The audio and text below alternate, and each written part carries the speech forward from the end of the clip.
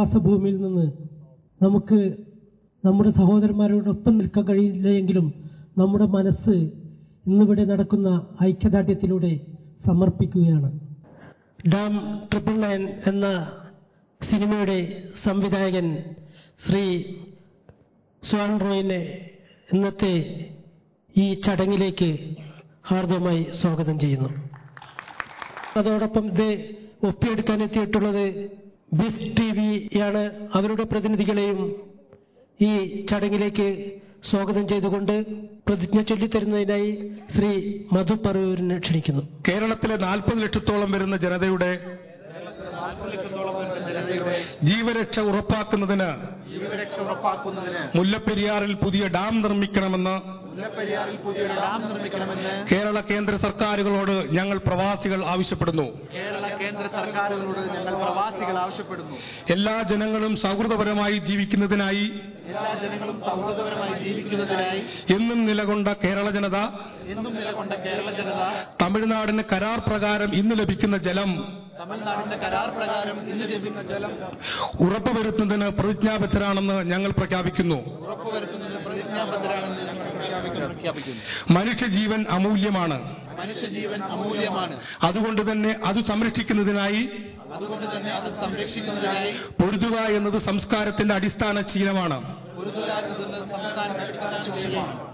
മുല്ലപ്പെരിയാറിൽ 9 മാസങ്ങൾക്കിടയിൽ 28 ഭൂചലനങ്ങൾ ഉണ്ടായി എന്നത് ഞങ്ങളെ ആശങ്കയോടെ കാണുന്നു.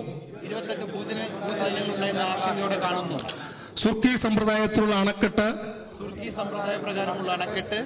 ആധുനിക രീതിയിലല്ല നിർമ്മിക്കപ്പെട്ടുള്ളത് എന്നതും ഞങ്ങളുടെ ആശങ്ക വർദ്ധിപ്പിക്കുന്നു.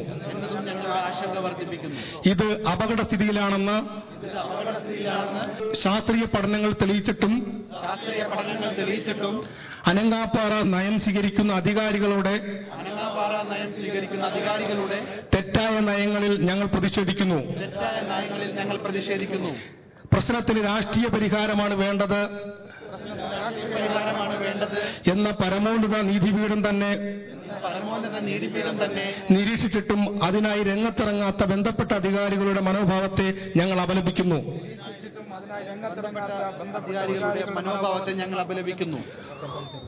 പുതിയ ഡാമെന്ന ആശയം അന്തർദേശീയ കൌൺസിൽ അവതരിപ്പിച്ച ശ്രീ നായനാരുടെ നേതൃത്വത്തിലുള്ള സർക്കാരിന്റെ പ്രവർത്തനങ്ങൾ ഞങ്ങൾ ആദരവോടെ കാണുന്നു. ശാശ്വത പരിഹാരത്തിനായി ജസ്റ്റിസ് ആനന്ദ് ചെയർമാനായി ഉന്നത അധികാര സമിതിയെ നിയോഗിച്ച് ദുരന്ത നിവാരണ പദ്ധതി തുടങ്ങിവെച്ച സർക്കാരിന്റെ പ്രവർത്തനങ്ങളെ ഞങ്ങൾ നന്ദിയോടെ ഓർമ്മിക്കുന്നു. കേരളത്തിന്റെ താൽപര്യം ഉയർത്തിപ്പിടിച്ച് നിലകൊള്ളേണ്ട സർക്കാരിനെ പ്രതിനിധീകരിക്കുന്ന നിയമജ്ഞർ പോലും തെറ്റായ നിലപാടുകൾ സ്വീകരിക്കുന്നു എന്നത് ഞങ്ങളെ ഞെട്ടിക്കുന്നു. ജനങ്ങളുടെ ജീവൻ കൊണ്ട് പന്താടാതെ ജലനിരപ്പ് അടിയന്തരമായി 120 അടിയാക്കി മാറ്റുന്നതിനുള്ള നടപടിയെടുക്കണമെന്ന് ഞങ്ങൾ ആവശ്യപ്പെടുന്നു. ജനങ്ങളുടെ ജീവൻ രക്ഷിക്കുന്നതിന് ഡാം മുതൽ കടൽ വരെയുള്ള താഴ്ന്ന പ്രദേശങ്ങൾക്കായി രക്ഷാ സംവിധാനങ്ങൾക്കുള്ള മാസ്റ്റർ പ്ലാൻ തയ്യാറാക്കണമെന്ന് ഉത്തരവാദിത്തപ്പെട്ടവരോട് ഞങ്ങൾ ആവശ്യപ്പെടുന്നു.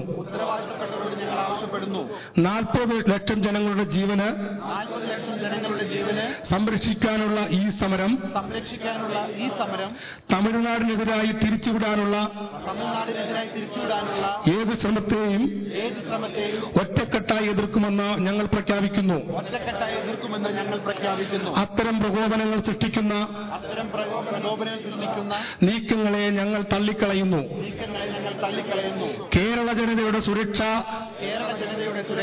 തമിഴ്നാടിന് ജലം എന്ന മുദ്രാവാക്യം ഇതോടൊപ്പം എന്ന മുദ്രാവാക്യം ഇതോടൊപ്പം പ്രാവർത്തികമാക്കുന്നതിനായി ഒറ്റക്കെട്ടായി പ്രവർത്തിക്കുമെന്ന് ഞങ്ങൾ പ്രഖ്യാപിക്കുന്നു.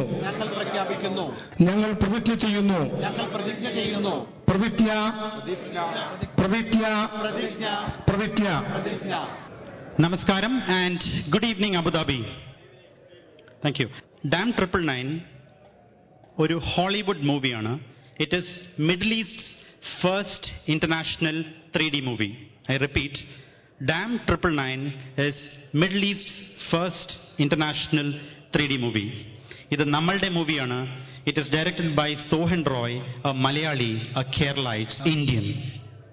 ഈ സിനിമയുടെ പ്രത്യേകത, ഇതിന്റെ script has been selected to the Oscars library, which means Dam 999 script has got a permanent visa to the racks of the Oscar library. Being Malayalis, we feel it's very proud for such a momentous moment.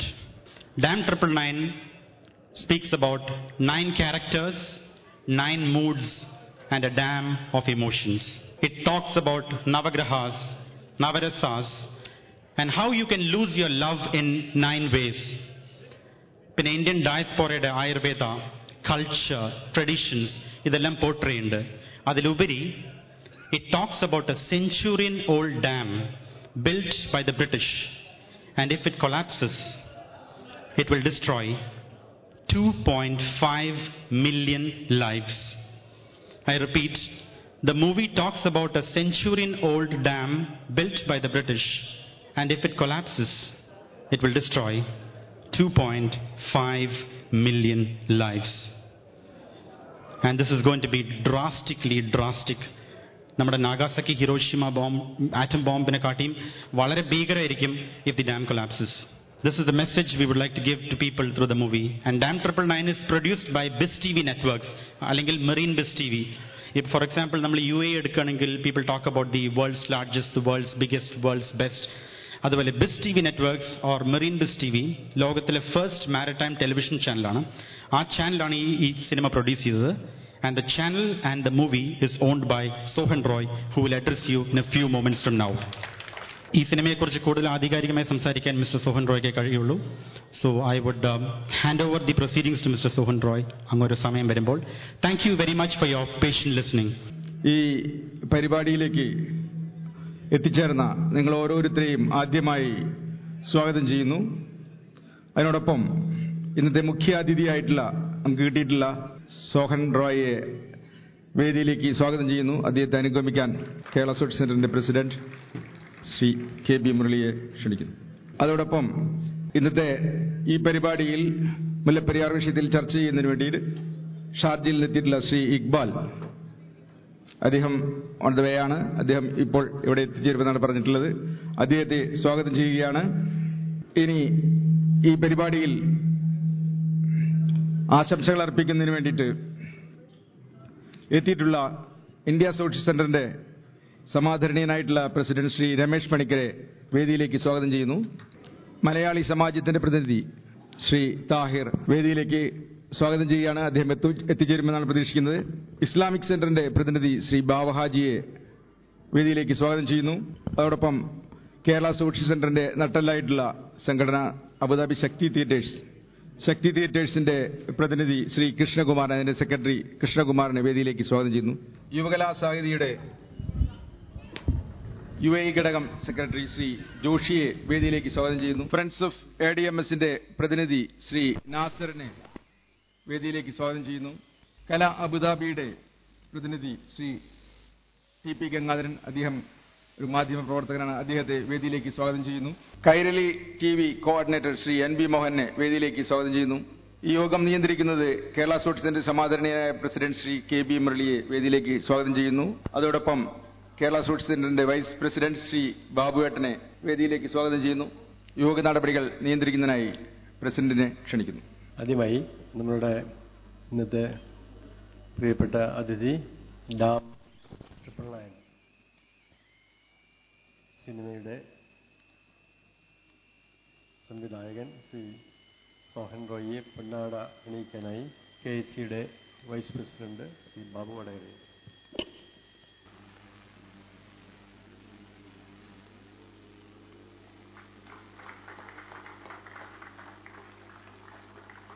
വേദിയിലും സദസ്സിലുമുള്ള വിശിഷ്ട വ്യക്തിത്വങ്ങളെ, സഹോദരി സഹോദരന്മാരെ, KCയെ സംബന്ധിച്ചിടത്തോളം ഇന്ന് വളരെ പ്രധാനപ്പെട്ട ഒരു ദിവസമാണ്.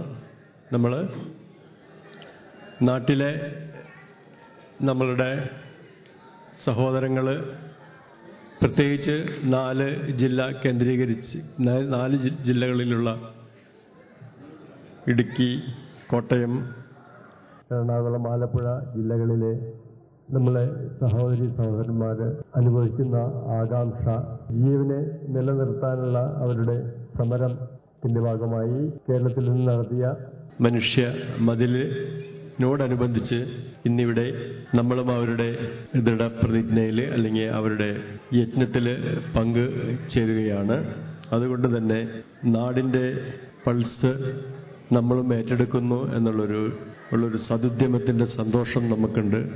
തീർച്ചയായിട്ടും ഈ ആകാംക്ഷ നിറഞ്ഞ ദിവസങ്ങളിലൂടെ പോകുന്ന കേരള ജനതയ്ക്കൊപ്പം ഐക്യദാർഢ്യം പ്രകടിപ്പിക്കാൻ ദൂരത്ത് നിന്നായാലും നമുക്ക് കഴിഞ്ഞതിലുള്ള സന്തോഷം നിങ്ങളോടൊപ്പം പങ്കുവയ്ക്കുന്നു. അതോടൊപ്പം തന്നെ ഈ സുദിനത്തിൽ ഈ പ്രത്യേക മുല്ലപ്പെരിയാർ ഡാമുമായിട്ടുള്ള ഡാമിൻ്റെ ശക്തി ക്ഷയിച്ച് അപകടം ഉണ്ടായാൽ ഉണ്ടാവുന്ന ദുരന്തത്തിൻ്റെ മാറ്റുലകൾ പ്രതിധ്വനിക്കുന്ന ഒരു സിനിമ നിർമ്മിച്ച, ഡയറക്റ്റ് ചെയ്ത ആ ഡാമിൻ്റെ ഒരു ഇൻറ്റൻസിറ്റി നമുക്ക് മനസ്സിലാക്കി തന്ന അതിൻ്റെ ഡയറക്ടർ ശ്രീ സോഹൻ റോയിയെ നമുക്ക് കിട്ടിയത് വലിയൊരു ഭാഗ്യമായിട്ട് നമ്മൾ കരുതുന്നു. അദ്ദേഹം നമ്മളിങ്ങനെ ഒരു ആശയം അവതരിപ്പിച്ചപ്പോൾ വളരെ സന്മനസ് കാണിക്കുകയും മറ്റ് തിരക്കുകളൊക്കെ മാറ്റിവെച്ചിട്ട് ഇതിൽ പങ്കെടുക്കാം, വരാം, നിങ്ങളോടൊപ്പം ഞാനും അതിൻ്റെ ഈ യജ്ഞത്തിൽ പങ്കുചേരാം എന്ന് പറയുകയും അദ്ദേഹത്തിൻ്റെ ഫുൾ ക്രൂവും ഇന്നിവിടെ എത്തിയിട്ടുണ്ട്. ആദ്യമായി അദ്ദേഹത്തോട് നന്ദി പറയാണ്, സെൻറ്ററിൻ്റെ സന്തോഷം അറിയിക്കുകയാണ്. മറ്റൊരു കാര്യം, നമ്മളിന്ന് കേരളത്തിൽ നടന്ന സംഭവങ്ങളിൽ ശ്രദ്ധിച്ചത് കക്ഷി രാഷ്ട്രീയങ്ങൾക്കതീതമായി, ജാതി മതങ്ങൾക്ക് അതീതമായി, ലിംഗഭേദങ്ങൾക്കതീതമായി ചെറുപ്പക്കാരും വൃദ്ധരും കുട്ടികളും എല്ലാവരും പങ്കുവച്ച് ഒരു വലിയ മഹാമതിൽ തീർത്ത് കേരളത്തിൻ്റെ ഒരു പ്രശ്നത്തെ ജനകീയവൽക്കരിക്കുകയും മാത്രമല്ല തുടർന്നുള്ള ഒരു പോരാട്ടത്തിൻ്റെ തുടക്കം കുറിക്കുകയുമാണ് ഇന്ന് ചെയ്തിട്ടുള്ളത്. വരും ദിവസങ്ങളിൽ ഇതിനൊരു രാഷ്ട്രീയ തീരുമാനം ഉണ്ടായേ മതിയാവും.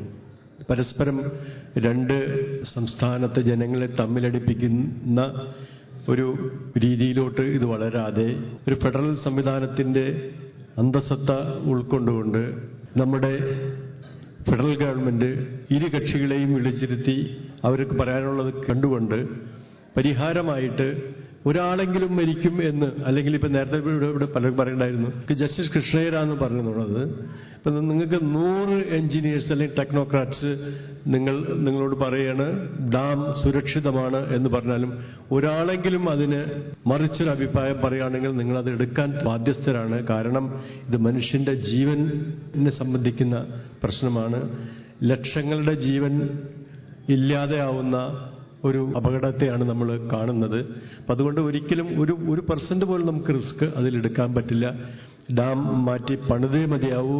ഡാം മാറ്റി പണിയുന്ന അതുവരെ മുല്ലപ്പെരിയാറിന്റെ ജലനിരപ്പ് 120 അടിയിൽ കൊണ്ടുവന്നേ കഴിയൂ.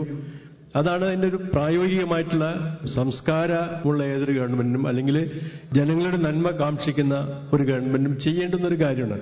ഇത് സെൻട്രൽ ഗവൺമെന്റിന് ചെയ്യാൻ കഴിയാതെ ഈ 2 സംസ്ഥാനങ്ങളെ തമ്മിലടിപ്പിക്കുന്ന ഒരു അവസ്ഥ, അല്ലെങ്കിൽ ഒരു കൃത്യമായിട്ടുള്ള ഒരു സ്റ്റാൻഡ് എടുക്കാതെ ഒരു ദുരന്തം വന്നതിന് ശേഷം ആർക്കെന്താ ചെയ്യാൻ പറ്റും? ഒന്നും ചെയ്യാൻ പറ്റാത്തൊരു വലിയൊരു ഭീമമായിട്ടുള്ള, നമ്മളതിനെ ഒരുപക്ഷെ ലഘൂകരിച്ച് നമ്മൾ പറയുമായിരിക്കും, 116 വർഷം കഴിഞ്ഞല്ലേ ഇനിയും അത് കുറേയൊക്കെ പോവും എന്നുള്ളൊരു അവസ്ഥ. പക്ഷേ നമ്മൾ ഭൂചലനം എപ്പോഴുണ്ടാവുക, ഒരു സർട്ടൻ മാഗ്നിറ്റ്യൂഡിൽ വന്നു കഴിഞ്ഞാൽ ഈ ഡാമിന് അതിനെ വിത്ത്സ്റ്റാൻഡ് ചെയ്യാൻ കഴിയില്ല. വലിയ ദുരന്തത്തിലേക്ക് ആണ് നമ്മൾ എന്താ പറയുക കൂപ്പുകുത്തുന്നത് എന്ന് മനസ്സിലാക്കാൻ പറ്റുന്ന ഒരു രാഷ്ട്രീയ നേതൃത്വം നമുക്ക് ഇല്ലാതെ പോയല്ലോ എന്നുള്ളൊരു ദുഃഖമാണ് നമുക്കുള്ളത്. ബാക്കി അതിന് എന്തൊക്കെ നമ്മൾ ന്യായങ്ങൾ പറഞ്ഞിട്ടുണ്ടെങ്കിലും ഈ ഒരു ദുരന്തം സാധാരണ ബുദ്ധിയിൽ നമ്മൾ ആലോചിച്ചാൽ നമുക്ക് മനസ്സിലാക്കാവുന്ന ഒരു പ്രശ്നമാണത്. ഒരു വലിയ അണക്കെട്ട് പൊട്ടിയിട്ടുണ്ടാകുന്ന വെള്ളത്തിന്റെ ആ ഒരു ഇമ്പാക്ട്, പ്രത്യേകിച്ച് ഇത്രയും ഹൈറ്റിൽ നിന്ന് വരുന്ന ഒരു ഇമ്പാക്ട് നമ്മൾ ആലോചനകൾക്ക് അപ്പുറത്തുള്ള ഒരു ദുരന്തം വിതയ്ക്കുന്നുള്ള കാര്യത്തിൽ സംശയമില്ല. അപ്പൊ അതില്ലാതിരിക്കാൻ ജനങ്ങളുടെ ആകാംക്ഷ മാറ്റാനായിട്ട് പുതിയ ഡാം വന്നേ തീരുള്ളൂ. ഇതിനേക്കാളും വളരെ ശാസ്ത്രീയമായിട്ടും അല്ലെങ്കിൽ ആധികാരികമായിട്ട് സംസാരിക്കാനുള്ള വ്യക്തിത്വങ്ങളുണ്ട്. അവർക്കായിട്ട് ഞാൻ വേദി വിട്ടുകൊടുക്കുകയാണ്. ഇത്രയും പറഞ്ഞുകൊണ്ട് ഞാൻ നിർത്തുകയാണ്. ആശംസാ പ്രസംഗം നടത്തുന്നത് Indian social centre president Shri Ramesh പണിക്കരാണ്. വിശിഷ്ടാതിഥി ശ്രീ സോഹൻ റോയ്,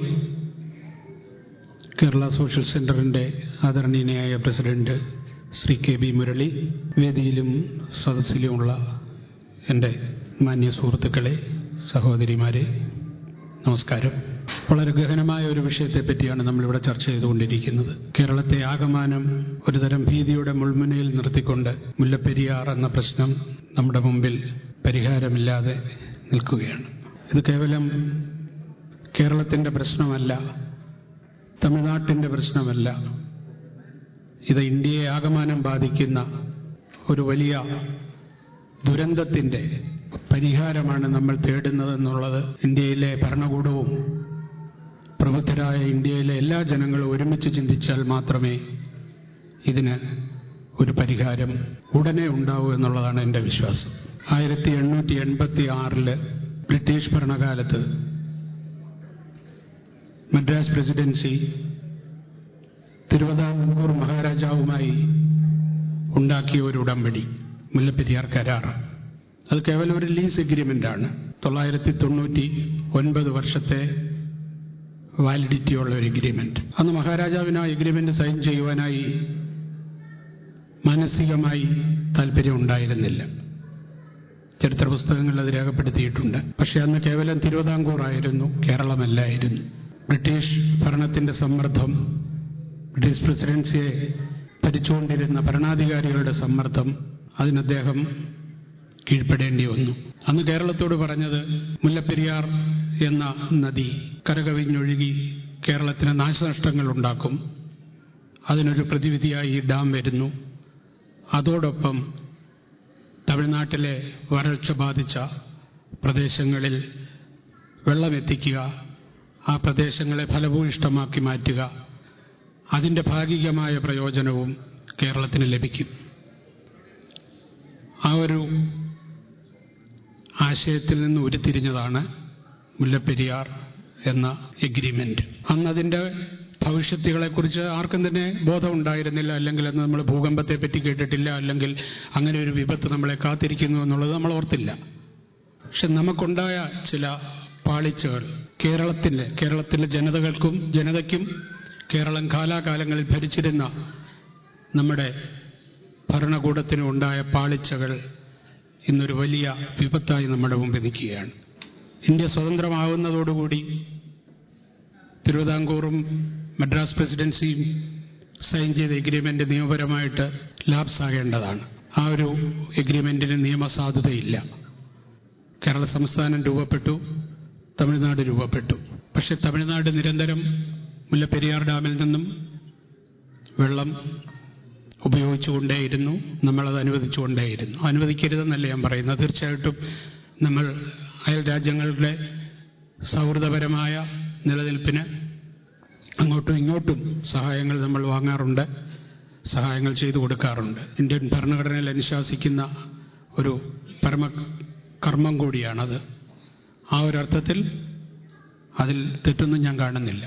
പക്ഷെങ്കിൽ കാലക്രമേണ ലൈംസ്റ്റോണും സുർക്കിയും ചേർത്തുണ്ടാക്കിയ ഒരു ഡാം ബലക്ഷയം ഉണ്ടാവും എന്നുള്ളത് സാമാന്യ ബുദ്ധിക്ക് ആർക്കും അറിയാവുന്ന കാര്യമാണ്. എന്തുകൊണ്ടാണെന്ന് എനിക്കറിയില്ല. 1970 കേരള ഗവൺമെന്റ് ഈ എഗ്രിമെന്റ് റീവാലിഡേറ്റ് ചെയ്തു കൊടുത്തു.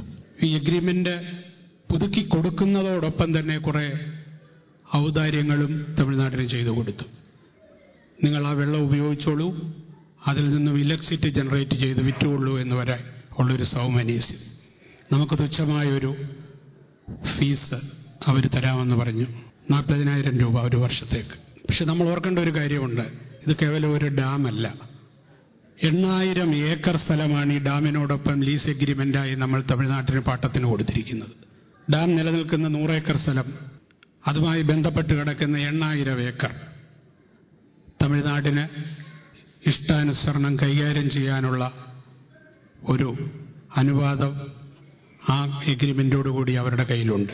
ബിൽഡ് ഓപ്പറേറ്റ് എന്നൊക്കെ പറയുന്ന മാതിരി ഡാം നിർമ്മിക്കുക, ഡാം പരിരക്ഷിക്കുക, ഡാമിന്റെ കാലാകാലങ്ങളിലുള്ള മെയിൻ്റനൻസ് നടത്തുക, അതിൽ നിന്നുള്ള വെള്ളം പൂർണ്ണമായും അനുഭവിക്കുക. പൂർണ്ണമായും ഒരർത്ഥത്തിൽ അതിന്റെ ഉടമസ്ഥാവകാശം തമിഴ്നാട്ടിൽ നിക്ഷിപ്തമാണ്. നമുക്ക് നമ്മുടെ കേരളത്തിന്റെ ഭൂപ്രദേശത്ത് നിലനിൽക്കുന്ന ഒരു ഡാം എന്നുള്ളതിൽ കവിഞ്ഞ് നിയമപരമായി നമുക്കതിൽ യാതൊരു അവകാശങ്ങളുമില്ല. ഈ ഡാമിന്റെ ഹൈറ്റ് 152 ഉയർത്തണമെന്ന് പറഞ്ഞ് തമിഴ്നാട് സുപ്രീം കോടതിയെ സമീപിക്കുന്നു. സുപ്രീം കോടതി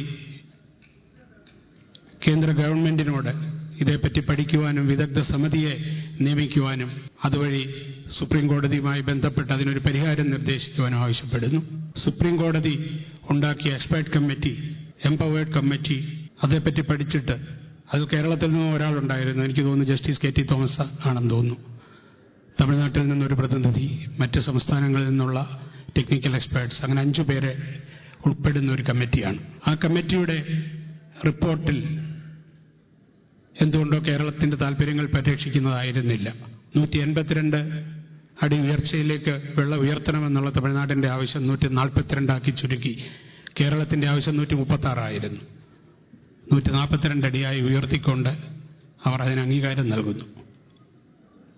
തമിഴ്നാട് അതുമായി മുമ്പോട്ട് പോകാനുള്ള ശ്രമം നടത്തുന്ന അവസരത്തിലാണ് 2006 Kerala government irrigation and conservative act of 2003 amend ചെയ്തിട്ട് കേരളത്തിലുള്ള എല്ലാ ഡാമുകളുടെയും ജലനിരപ്പ് 136 നിജപ്പെടുത്തുന്നു. ഇതിനെതിരെ തമിഴ്നാട് സുപ്രീം കോടതിയെ സമീപിക്കുന്നു. സുപ്രീം കോടതി ആ കേസുമായി ഇന്നും മുമ്പോട്ട് പോകുന്നു. പക്ഷേ സുപ്രീം കോടതി എല്ലാ അവസരത്തിലും പറയുന്ന ഒരു വലിയ കാര്യമുണ്ട്, ഇതിനൊരു രാഷ്ട്രീയ പരിഹാരമാണ് ആവശ്യം. 2 സംസ്ഥാനങ്ങളും ഒന്നിച്ചിരുന്ന് ഇതിനെപ്പറ്റി ചർച്ച ചെയ്യുക, പരിഹരിക്കുക. കാരണം സുപ്രീം കോടതിക്ക് വളരെ വ്യക്തമായിട്ടറിയാം നിയമം തമിഴ്നാടിന്റെ ഭാഗത്താണെന്നുള്ളത്. നമ്മൾ ഇങ്ങനെയുള്ള പ്രശ്നങ്ങളെ സമീപിക്കുമ്പോൾ അത് വൈകാരികമായി പോകുമ്പോഴാണ് പ്രശ്നങ്ങൾ എപ്പോഴും നമ്മുടെ നിയന്ത്രണത്തിൽ നിന്നും കൈവിട്ടു പോകുന്നത്. ഈ ഒരു പ്രശ്നത്തെ നമ്മൾ സമീപിക്കുമ്പോൾ സമചിത്തരായി നമ്മൾ നമ്മളുടെ താൽപ്പര്യങ്ങൾ സംരക്ഷിക്കേണ്ടിയിരിക്കുന്നു, അതിന് തമിഴ്നാടിന്റെ സഹായം കൂടിയേ തീരൂ എന്ന സത്യം മനസ്സിലാക്കി അവരുമായി സൗഹാർദ്ദമായി ഒരു ചർച്ചയിലൂടെ ഇത് പരിഹരിക്കാനേ സാധിക്കുകയുള്ളൂ. അതിന് മുൻകൈയെടുത്ത് മുമ്പോട്ട് വരേണ്ടത് കേന്ദ്ര ഗവൺമെന്റാണ്.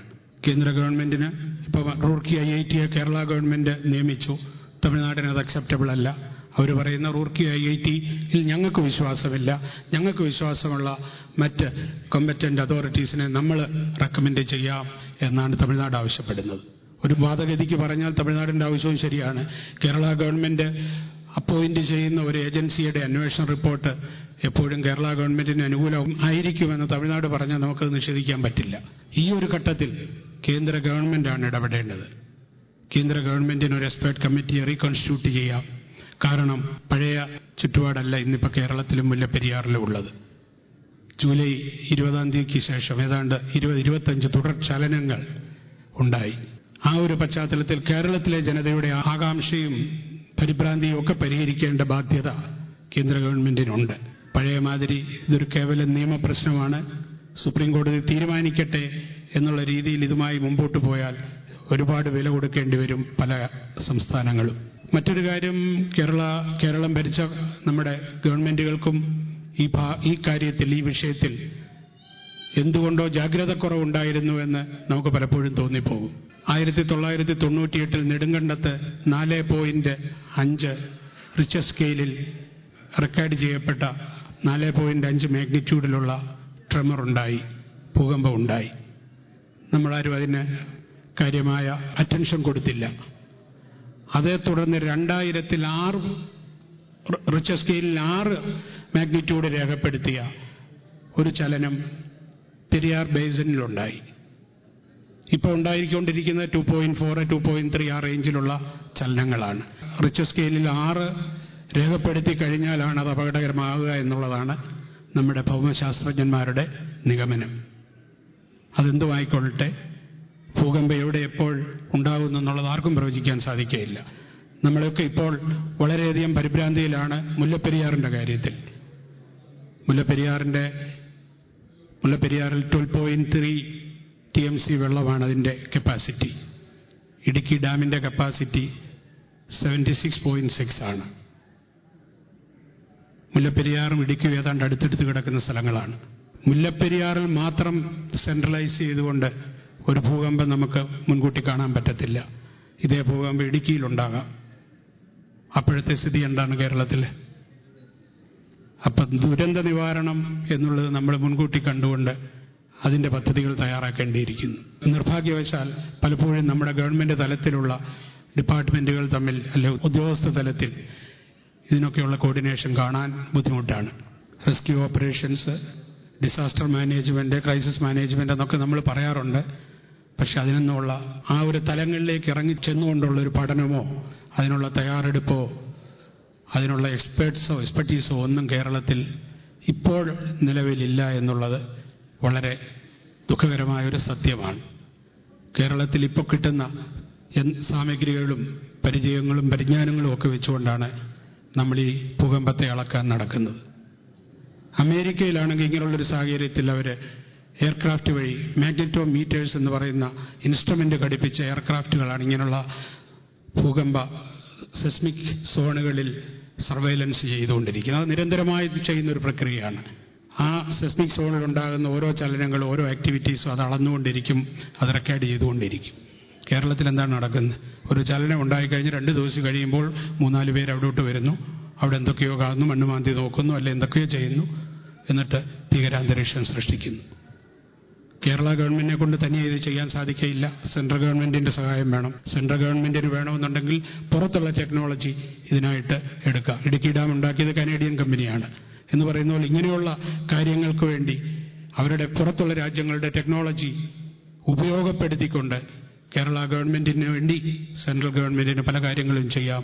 അതിന് സുപ്രീം കോടതിക്ക് ഒന്നുകിൽ കേന്ദ്ര ഗവൺമെന്റിനെ ഡയറക്റ്റ് ചെയ്യാം. ഇപ്പോൾ ഒരു പൊതുകാല താൽപര്യ ഹർജി വന്നു ഹൈക്കോടതി നോക്കുന്ന ഏക കാര്യം എന്താണ്? അതിന്റെ നിയമവശങ്ങളല്ല. ഇങ്ങനെ ഒരു സംഭവം നടന്നാൽ കേരളത്തിലെ ഗവൺമെന്റ് എന്ത് ചെയ്യാൻ പോകുന്നു എന്നുള്ളത് മാത്രമാണ്. അതുകൊണ്ട് ഈ പ്രശ്നത്തിനൊരു പരിഹാരമല്ല. സെൻട്രൽ ഗവൺമെന്റ് ഇപ്പോൾ വേറൊരു പെറ്റീഷൻ സെൻട്രൽ ഗവൺമെന്റ് കൊടുത്തിട്ടുണ്ട്, സുപ്രീം കോടതി കൊടുത്തിട്ടുണ്ട്. സുപ്രീം കോടതി അത് പഠിച്ചിട്ട് ഒരുപക്ഷെങ്കിൽ നമുക്ക് പ്രത്യാശയോടുകൂടി കാത്തിരിക്കാം. കേന്ദ്ര ഗവൺമെന്റിന് വേണ്ട നിയമോപദേശം അല്ലെങ്കിൽ നിർദ്ദേശങ്ങൾ സുപ്രീം കോടതി കൊടുക്കുമെന്ന്. ഇല്ല എന്നുണ്ടെങ്കിൽ ഈ ഒരു പ്രശ്നത്തിന് ശാശ്വതമായ ഒരു പരിഹാരവുമില്ല. ഡാം ദുർബലമായിക്കൊണ്ടേയിരിക്കുന്നു. തുടർന്നുള്ള പ്രാന്തപ്രദേശങ്ങളിലെ ഡാമുകളും ഇതേപോലെയൊക്കെയുള്ള അവസ്ഥയിലേക്ക് എത്തിക്കൊണ്ടേയിരിക്കുന്നു. ഇവിടെ രാഷ്ട്രീയപരമായി ഇതിനെ നേരിടാതെ രാഷ്ട്രീയ പാർട്ടികൾ സംയമനം പാലിക്കണമെന്നുള്ളത് വളരെയധികം ഊന്നിപ്പറയേണ്ട ഒരു വസ്തുതയാണ്. ശ്രീമതി ജയലളിതയുടെ കോലം കത്തിക്കുന്നതുകൊണ്ട് കേരളത്തിൽ അങ്ങോളം ഇങ്ങോളം അങ്ങനെയുള്ള ഒരു രീതിയിൽ പോകുന്നതുകൊണ്ടോ അല്ലെ തമിഴ്നാട്ടിൽ ഉമ്മൻചാണ്ടിയുടെ കോലം കത്തിക്കുന്നതുകൊണ്ടോ മലയാളികളെ ആക്രമിക്കുന്നതുകൊണ്ടോ മലയാളികൾ തമിഴരെ ആക്രമിക്കുന്നതുകൊണ്ടോ ഈ പ്രശ്നത്തിന് പരിഹാരം ഉണ്ടാകുന്നില്ല. വൈകാരികമായ ഒരു പരിഹാരം ഇതിന് സാധ്യമല്ല എന്നുള്ള സത്യം നമ്മൾ മനസ്സിലാക്കേണ്ടിയിരിക്കുന്നു. മറ്റ് പ്രാസംഗികർ ഒരുപാട് പേരുണ്ട്. ഞാൻ എൻ്റെ വാക്കുകൾ ഉപസംഹരിക്കുകയാണ്. ഇത്രയും നിങ്ങളുമായി പങ്കുവെക്കാൻ സാധിച്ചതിൽ വളരെ സന്തോഷമുണ്ട്. അതിനൊരു അവസരം തന്ന ശ്രീ KC ഭാരവാഹികളോട് നന്ദി രേഖപ്പെടുത്തി എൻ്റെ വാക്കുകൾ ഉപസംഹരിക്കുന്നു. നന്ദി. ഇനി നമ്മളേവരും ശ്രദ്ധയോടെ കേൾക്കാൻ ആഗ്രഹിക്കുന്ന നമ്മളെ സംവിധായകൻ്റെ പ്രസംഗമാണ്. ഒരു പ്രണയകഥ, ഒരു ഡാം അപകടത്തിൻ്റെ പശ്ചാത്തലത്തിൽ നിർമ്മിച്ചു. പ്രത്യേകിച്ച് എനിക്ക് തോന്നുന്നു ഒരു മാരിനറാണ്, അല്ലെങ്കിൽ വെള്ളവും മറൈൻ സാഹചര്യങ്ങളുമായി എനിക്ക് ദീർഘകാലം ഇടപെട്ടിട്ടുള്ളതാണ് സോഹൻ റോയ്. അതുകൊണ്ട് തന്നെ ആയിരിക്കാം ഒരുപക്ഷെ ഈ രണ്ടും ബന്ധപ്പെട്ട് വന്നത്. അതുകൊണ്ട് തന്നെ അദ്ദേഹം ഒരു നിലയ്ക്ക് പറഞ്ഞാൽ അദ്ദേഹം അപകടത്തിൽ ചെന്ന് ചാടിയിരിക്കുകയാണ്. ഒരു ഡാം കോൺട്രവേഴ്സി, അപകടമല്ല, ഒരു കോൺട്രവേഴ്സിയിൽ അതിൻ്റെ അദ്ദേഹത്തിൻ്റെ ഫിലിമും അത് തുടർന്നുണ്ടായ സംഭവവികാസങ്ങളും കേൾക്കാൻ നമുക്ക് വളരെ ആഗ്രഹമുണ്ട്. ഞാൻ ശ്രീ സോമൻ റായിയെ ക്ഷണിക്കുന്നു.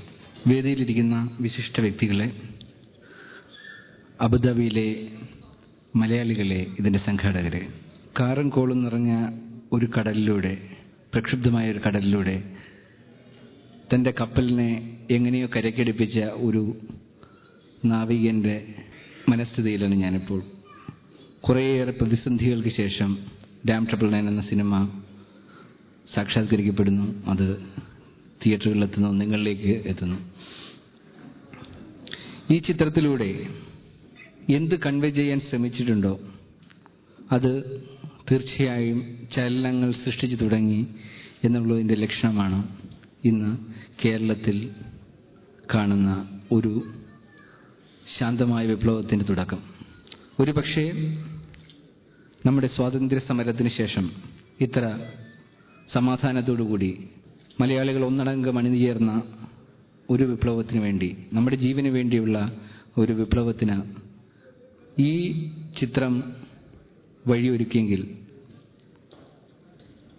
അതിൽ എന്തോ സത്യമുണ്ട്, അതിലെന്തോ നന്മയുടെ അംശമുണ്ട് എന്ന് ഞാൻ വിശ്വസിക്കുന്നു. അതോടൊപ്പം തന്നെ എൻ്റെ ഈ എളിയ പ്രവൃത്തിയിൽ അതിൻ്റെ ലക്ഷ്യം കണ്ടു എന്നും ഞാൻ മനസ്സിലാക്കുന്നു. ആ ചിത്രം കണ്ട് വിജയിപ്പിക്കുന്നതിനോടൊപ്പം തന്നെ ഇതേപോലുള്ള ഒരു ചടങ്ങിൽ വെച്ച് എന്നെ വിളിച്ച് ആദരിക്കുവാൻ കാണിച്ച നിങ്ങളുടെ നല്ല മനസ്സിനും നന്ദി പറയുന്നു. ഒരിക്കലും ഈ ചിത്രം നിർമ്മിക്കുവാൻ പ്ലാൻ ചെയ്ത സമയത്ത് ഇത് തമിഴ്നാടിനെയോ കേരളത്തിനെയോ തമ്മിലടിപ്പിക്കുക എന്നുള്ള ഒരു ലക്ഷ്യത്തോടു കൂടിയൊന്നുമല്ല ചെയ്തിരുന്നത്. പ്രകൃതി പലപ്പോഴും കോപിക്കുന്ന സമയത്ത് നമുക്ക് ചില വാർണിങ്സ് ഒക്കെ തരും. പക്ഷേ ഒരു വലിയ ദുരന്തം ഉണ്ടാകുന്ന സമയത്ത് പലപ്പോഴും നമുക്ക് ആ വാർണിംഗ് ലഭിക്കാറില്ല. ഏത് വലിയ ഭൂകമ്പങ്ങളോ എന്ത് എടുത്തോളൂ, എല്ലാം പെട്ടെന്നായിരിക്കും ഉണ്ടാവുക. വലിയ ജീവഹാനിയും അതോടൊപ്പം സംഭവിക്കുന്നു. പക്ഷേ ഒരുപക്ഷെ ലോകം കണ്ട ഏറ്റവും വലിയ ദുരന്തം ആകാനിടയുള്ളത് കൊണ്ടാകാം പ്രകൃതി വീണ്ടും വീണ്ടും വീണ്ടും നമുക്കൊരു വാർണിംഗ് തന്നുകൊണ്ടേയിരിക്കുന്നു മുല്ലപ്പെരിയാറിൽ. അതുകൊണ്ട് മാത്രമാണ് കഴിഞ്ഞ 9 മാസത്തിനിടയിൽ ഇത്രയധികം ഭൂചലനങ്ങൾ നമ്മൾക്ക് മുന്നിൽ സംഭവിക്കുന്നത്. ഇപ്പോൾ അതിൻ്റെ ഫ്രീക്വൻസി കുറഞ്ഞ് ഒരാഴ്ചയിൽ 2 ഭൂകമ്പം എന്നുള്ള ഒരവസ്ഥയിലേക്ക് എത്തി നിൽക്കുകയാണ്. പ്രകൃതിയുടെ ഈ സൂചന കൊണ്ട് നമ്മൾ മനസ്സിലാക്കിയില്ലെങ്കിൽ അത് ഇനി ഏറ്റുവാങ്ങുക എന്നുള്ള ചടങ്ങ് മാത്രമേ ബാക്കിയുള്ളൂ. അതുണ്ടാകാതിരിക്കട്ടെ എന്ന് മാത്രമേ ഈ ഒരു അവസരത്തിൽ നമുക്ക് പ്രാർത്ഥിക്കുവാനും സാധിക്കുള്ളൂ. 4 വർഷത്തിന് മുമ്പ് ഈ ഒരു ചിത്രത്തെക്കുറിച്ച് ഞാൻ ആലോചിച്ച് തുടങ്ങുന്ന സമയത്ത് എൻ്റെ മനസ്സിൽ മുല്ലപ്പെരിയാർ ഒരു വലിയ ഇഷ്യൂ അല്ലായിരുന്നു. സാധാരണ ഒരു മലയാളിയെ പോലെ ഇടുക്കിയിലൊരു ഡാം, അത് പൊട്ടിയാൽ കുറേ ദുരന്തം ഉണ്ടാകുന്നതിന് അപ്പുറം അത് എത്രമാത്രം തീവ്രമാണെന്നതിനെക്കുറിച്ച് ഞാൻ ബോധവാനായിരുന്നില്ല. ഒരു ചിത്രത്തിന് വേണ്ടി ഒരു സബ്ജക്റ്റ് തിരഞ്ഞു നടക്കുന്ന സമയത്ത് യാദൃശ്ചികമായി കാണുന്ന ഒരു ആർട്ടിക്കിൾ മുല്ലപ്പെരിയാറിനെ കുറിച്ച്, അതിൽ മനസ്സ് എങ്ങനെയോ അറിഞ്ഞോ അറിയാതെ ഉടക്കി പോകുന്നു. അവിടെ നിന്നും തുടങ്ങിയ ഒരു അന്വേഷണം ചെന്ന് എത്തുന്നത് ഞാനടക്കം ആരും അറിയാതെ കിടന്ന ലോകം കണ്ട ഏറ്റവും വലിയ മാൻമെയ്ഡ് ഡിസാസ്റ്റർ 1975 ചൈനയിൽ നടന്ന ബാങ്ക്യാവോ ഡാം. ചൈനക്കാർ അതിനെ ബാങ്ചിയാവോ എന്ന് വിളിക്കും. ഒരുപക്ഷെ ഈ ഒരു ചിത്രം വന്നതിന് ശേഷമായിരിക്കാം നമ്മൾ മലയാളികൾ പോലും ആ ഒരു ദുരന്തത്തെക്കുറിച്ച് കേൾക്കുന്നത്. ചൈന സർക്കാർ അത് 15 വർഷം ആ ന്യൂസ് പുറം ലോകത്തിന് അറിയിക്കുക കൂടി ചെയ്തിട്ടില്ല. 2.5 ലക്ഷം പേർ ഒറ്റ ദിവസം മരിക്കുന്ന ഒരവസ്ഥ. ഹിരോഷിമയിലും നാഗസാക്കിയിലും മരിച്ച മനുഷ്യരെക്കാളും കൂടുതൽ മനുഷ്യർ ഒറ്റ ദിവസം മരിക്കുന്നു. അവിടെ നിന്നുള്ള അന്വേഷണത്തിൽ നിന്നാണ് മനസ്സിലായത് ബാങ്ക്യാവോ ഡാമിനും മുല്ലപ്പെരിയാർ ഡാമിനും ഒരേ കപ്പാസിറ്റിയാണ് എന്നുള്ളത്. അതേസമയം മുല്ലപ്പെരിയാർ 7 ഇരട്ടി ഹൈറ്റിൽ നിൽക്കുന്നു എന്നുള്ള സത്യവും പിന്നീട് മനസ്സിലാക്കി. ഇതുപോലെ മുല്ലപ്പെരിയാർ കേരളത്തിന്റെ മാത്രം ഒരു പ്രശ്നമല്ല. മുല്ലപ്പെരിയാർ പോലെ 4000-ഓളം ഡാമുകൾ ലോകത്തിന്റെ പല ഭാഗത്തായിട്ടുണ്ട്. ഇന്ത്യയിൽ മാത്രം 64 100 വർഷത്തിലേറെ പഴക്കമുള്ള ഡാമുകൾ, 360-ലേറെ കൊളോണിയൽ ഡാംസ്, ബ്രിട്ടീഷുകാർ പണിത ഡാമുകൾ, 1000-ലേറെ കാലപ്പഴക്കം ചെന്ന ഡാമുകൾ. 2020 ലോകത്തെമ്പാടും 40,000-ഓളം കാലപ്പഴക്കം ചെന്ന ഡാമുകൾ, അതിലേറെയും കോൺക്രീറ്റിൽ നിർമ്മിക്കപ്പെട്ട ഡാമുകൾ. ഒരുപക്ഷേ ഈ 100 വർഷം കഴിഞ്ഞ മുല്ലപ്പെരിയാർ ഡാം ഇന്ന് നിലനിൽക്കുന്നത് ഒറ്റ കാരണം കൊണ്ട് മാത്രമായിരിക്കും. അത് കോൺക്രീറ്റിൽ നിർമ്മിച്ചില്ല എന്നുള്ള ഒരു സത്യം കൊണ്ട്. നിങ്ങൾ യൂറോപ്പിലൊക്കെ ചെന്നാൽ കാണാം 300 വർഷം 400 വർഷം പഴക്കമായ സുർക്കിയിൽ നിർമ്മിച്ച ബിൽഡിങ്സ് അവിടെ നിൽക്കുന്നുണ്ട്. അത് സുർക്കിയുടെ ഒരു പ്രത്യേകത.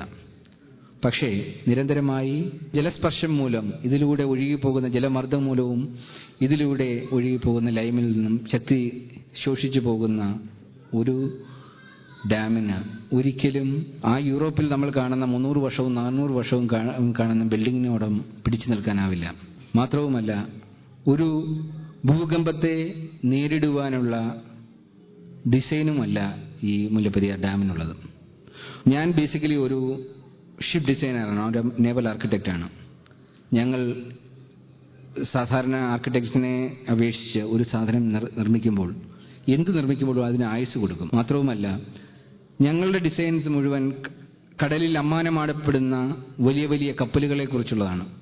അതുകൊണ്ട് തന്നെ ജലത്തിന്റെ ശക്തി എന്താണെന്നും ജലം ശക്തി, അതായത് അതിന്റെ ഫ്ലൂയിഡ് മെക്കാനിക്സിനെ കുറിച്ചും ഹൈഡ്രോ ഡൈനാമിക്സിനെ കുറിച്ചും പഠിച്ചതിന് ശേഷം മാത്രമാണ് ഞങ്ങൾക്ക് ഒരു കപ്പൽ ഡിസൈൻ ചെയ്യാൻ പറ്റത്തുള്ളൂ.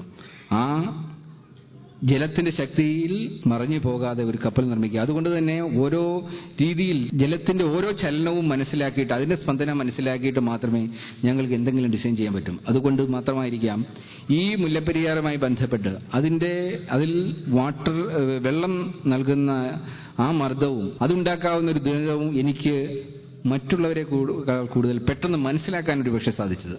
ഇന്ന് ചർച്ചകൾ നടക്കുമ്പോൾ ഏറ്റവും കൂടുതൽ പറയുന്നത് മുല്ലപ്പെരിയാറിന്റെ 5 ഇരട്ടിയുള്ള ഇടുക്കി ഡാം താഴെയുണ്ടല്ലോ, മുല്ലപ്പെരിയാറിലെ ജനം അതിന് ഏറ്റെടുത്തുകൂടി എന്നുള്ള വളരെ ബാലിശ്യമായിട്ടുള്ള അജ്ഞതയിൽ നിന്ന് മാത്രം ഉണ്ടാകാവുന്ന ഒരാരോപണം അല്ലെങ്കിൽ ഒരു കണ്ടെത്തൽ.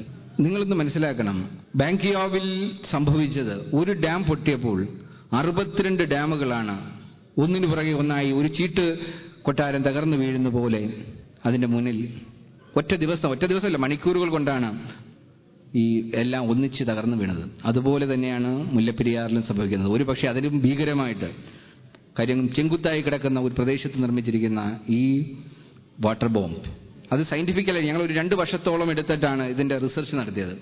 ഈ റിസർച്ച് നടത്തിയിട്ടാണ് ഇതിന്റെ സ്ക്രിപ്റ്റ് ഫൈനലൈസേഷൻ നടത്തിയത്. ആ സമയത്ത് മനസ്സിലാക്കിയത് ഹിരോഷിമയിലിട്ട ന്യൂക്ലിയർ ബോംബിന്റെ, ആറ്റം ബോംബിന്റെ 180 മടങ്ങ് ശക്തിയാണ് മുല്ലപ്പെരിയാർ ഡാമിനുള്ളത്. ഈ 873 മീറ്റർ ഹൈറ്റിൽ, പിന്നീട് ആ ഡാമിന്റെ ഹൈറ്റും എല്ലാം കൂടെ വരുമ്പോൾ ഏതാണ്ട് 1 കിലോമീറ്ററോളം ഹൈറ്റ് ഫീൽ ചെയ്യുന്ന ഒരു സ്ഥലത്തു നിന്നും വരുന്ന ഈ വാട്ടർ ബോംബ് സാധാരണ ഒരു ബോംബിൽ നിന്ന് എങ്ങനെ വ്യത്യാസമാകുന്നു എന്ന് ചോദിച്ചു കഴിഞ്ഞാൽ, സാധാരണ ബോംബ് ഒരു എക്സ്പ്ലോഡ് ചെയ്യുമ്പോൾ അതിനൊരു ഓപ്പറേറ്റിംഗ് റേഡിയസ് ഉണ്ട്. ആ റേഡിയസ് കൂടുന്നതനുസരിച്ച് ഇതിന്റെ ശക്തി കുറയും. അതേസമയം ഒരു വാട്ടർ ബോംബ് പൊട്ടിക്കഴിഞ്ഞാൽ ഇതിന്റെ പൊട്ടൻഷ്യൽ എനർജി കുത്തിയൊഴുകി താഴേക്ക് പോകുന്നതനുസരിച്ചിട്ട് ഇതിന്റെ ശക്തി കൂടി കൈനറ്റിക് എനർജി ആയിട്ട് മാറുകയാണ്. ഇത് ഓരോ കിലോമീറ്റർ കടക്കും തോറും ഇതിന്റെ സംഹാര ശേഷി വർദ്ധിക്കുകയാണ്. കാര്യം ഈ ജലം പരക്കുകയാണ്. പരന്ന് ഏതാണ്ട് അറബിക്കടലിൽ എത്തുമ്പോൾ 11ന്റെ ഹൈറ്റിലാണ് ഇത് പോകുന്നത്. അതുകൊണ്ട് തന്നെയാണ് ഈ ചിത്രത്തിൽ ഒരിക്കലും ഞങ്ങളിത് മുല്ലപ്പെരിയാറിനെ അതുപോലെ വർണ്ണിക്കുന്ന ഒരു ചിത്രമായിട്ടല്ല കാണിക്കുന്നത്. അതിനുവേണ്ടി ഒരു ഡോക്യുമെന്ററി ഞങ്ങൾ ചെയ്തു. ഈ വാട്ടർ ബോംബ്സ് എന്ന് പറഞ്ഞ dams, the lethal water bombs, അതിന് 21 അന്താരാഷ്ട്ര അവാർഡുകൾ നേടി. കഴിഞ്ഞ ആഴ്ച തിരുവനന്തപുരത്ത് നടന്ന ഫെസ്റ്റിവലിലും ഇത് നേടി. ഇത്രയും അഗാധമായി പഠിച്ച് ചെയ്ത ഒരു ഡോക്യുമെന്ററി ആയതുകൊണ്ട് മാത്രമായിരിക്കാം അമേരിക്കയിൽ നിന്ന് മാത്രം ഇതിന് 12 അവാർഡുകൾ ലഭിച്ചത്. ഇന്ന് ലോകത്ത് ഏറ്റവും കൂടുതൽ ഡാമുകളുള്ള ഒരു ദേശമാണ് അമേരിക്ക.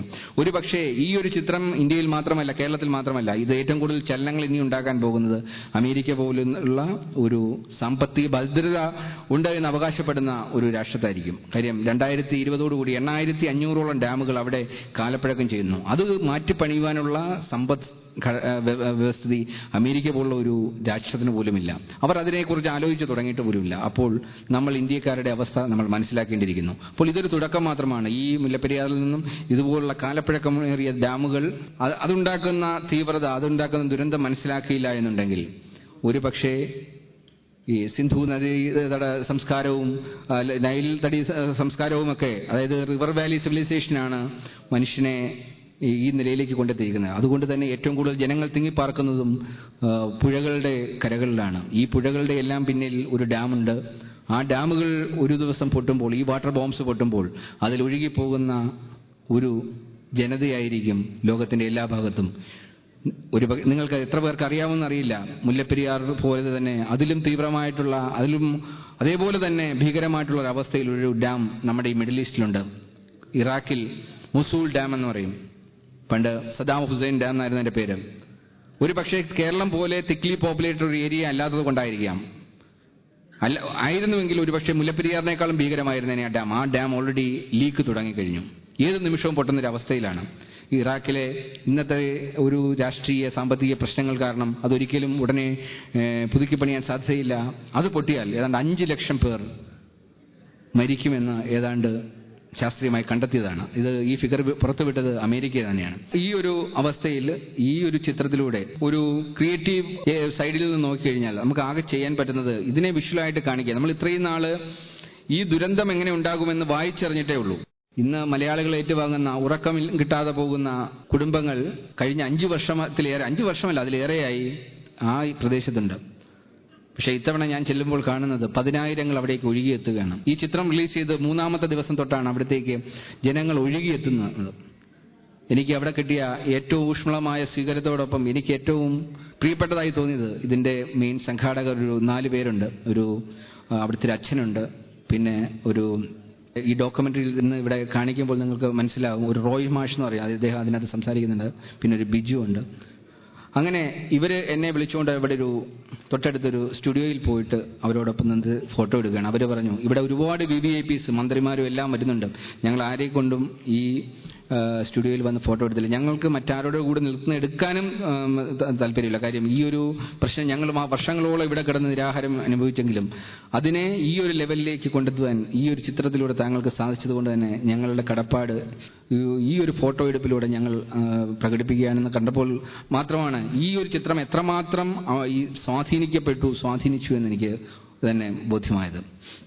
അതുകൊണ്ട് തന്നെ ഇപ്പോൾ ഉണ്ടായേക്കുന്ന ഈ ഒരു തരംഗം അത് ഇതിന്റെ അധികാരികളുടെ, കണ്ണടച്ചിരുന്നവരുടെ കണ്ണുകൾ തുറപ്പിക്കും.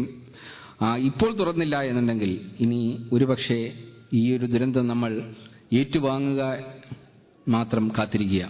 പക്ഷേ ഈ ഒരു ചിത്രത്തിലൂടെ ഞങ്ങൾ ഒരിക്കലും ഇതൊരു തുടക്കം തൊട്ട് അവസാനം വരെ ഒരു ദുരന്ത ചിത്രമായിട്ടല്ല നിർമ്മിച്ചിരിക്കുന്നത്. ഇതൊരു പ്രണയകഥയാണ്. പ്രണയകഥയുടെ അവസാനം ആ പ്രണയത്തിനെ വേർപിരിക്കുവാൻ വേണ്ടി ഒരു ഡാം ദുരന്തം. അതുവരെ ഞങ്ങൾ കാണിക്കുന്നത് ഇമോഷണൽ ഡാംസ് ആണ്. ഇതിൽ 9 കഥാപാത്രങ്ങളുടെ കഥ പറയുമ്പോൾ ആ 9 പേരുടെ മനസ്സിലും നമ്മളെല്ലാം കൊണ്ടു നടക്കുന്ന, മറ്റുള്ളവർക്ക് വേണ്ടി ജീവിക്കുന്ന വ്യക്തികൾ, അവർ മറ്റുള്ളവർക്ക് വേണ്ടി മനസ്സിൽ കൊണ്ടു നടക്കുന്ന ഒരു ഡാം, അതായിരുന്നു ഞങ്ങൾ ഇതിലൂടെ പറയാൻ ശ്രമിച്ചത്. അതിന്റെ അവസാനം ഒരു റിയൽ ഡാം, സിംബോളിക്കായിട്ട് ഒരു റിയൽ ഡാം ഡിസാസ്റ്റർ കാണിക്കുന്നു.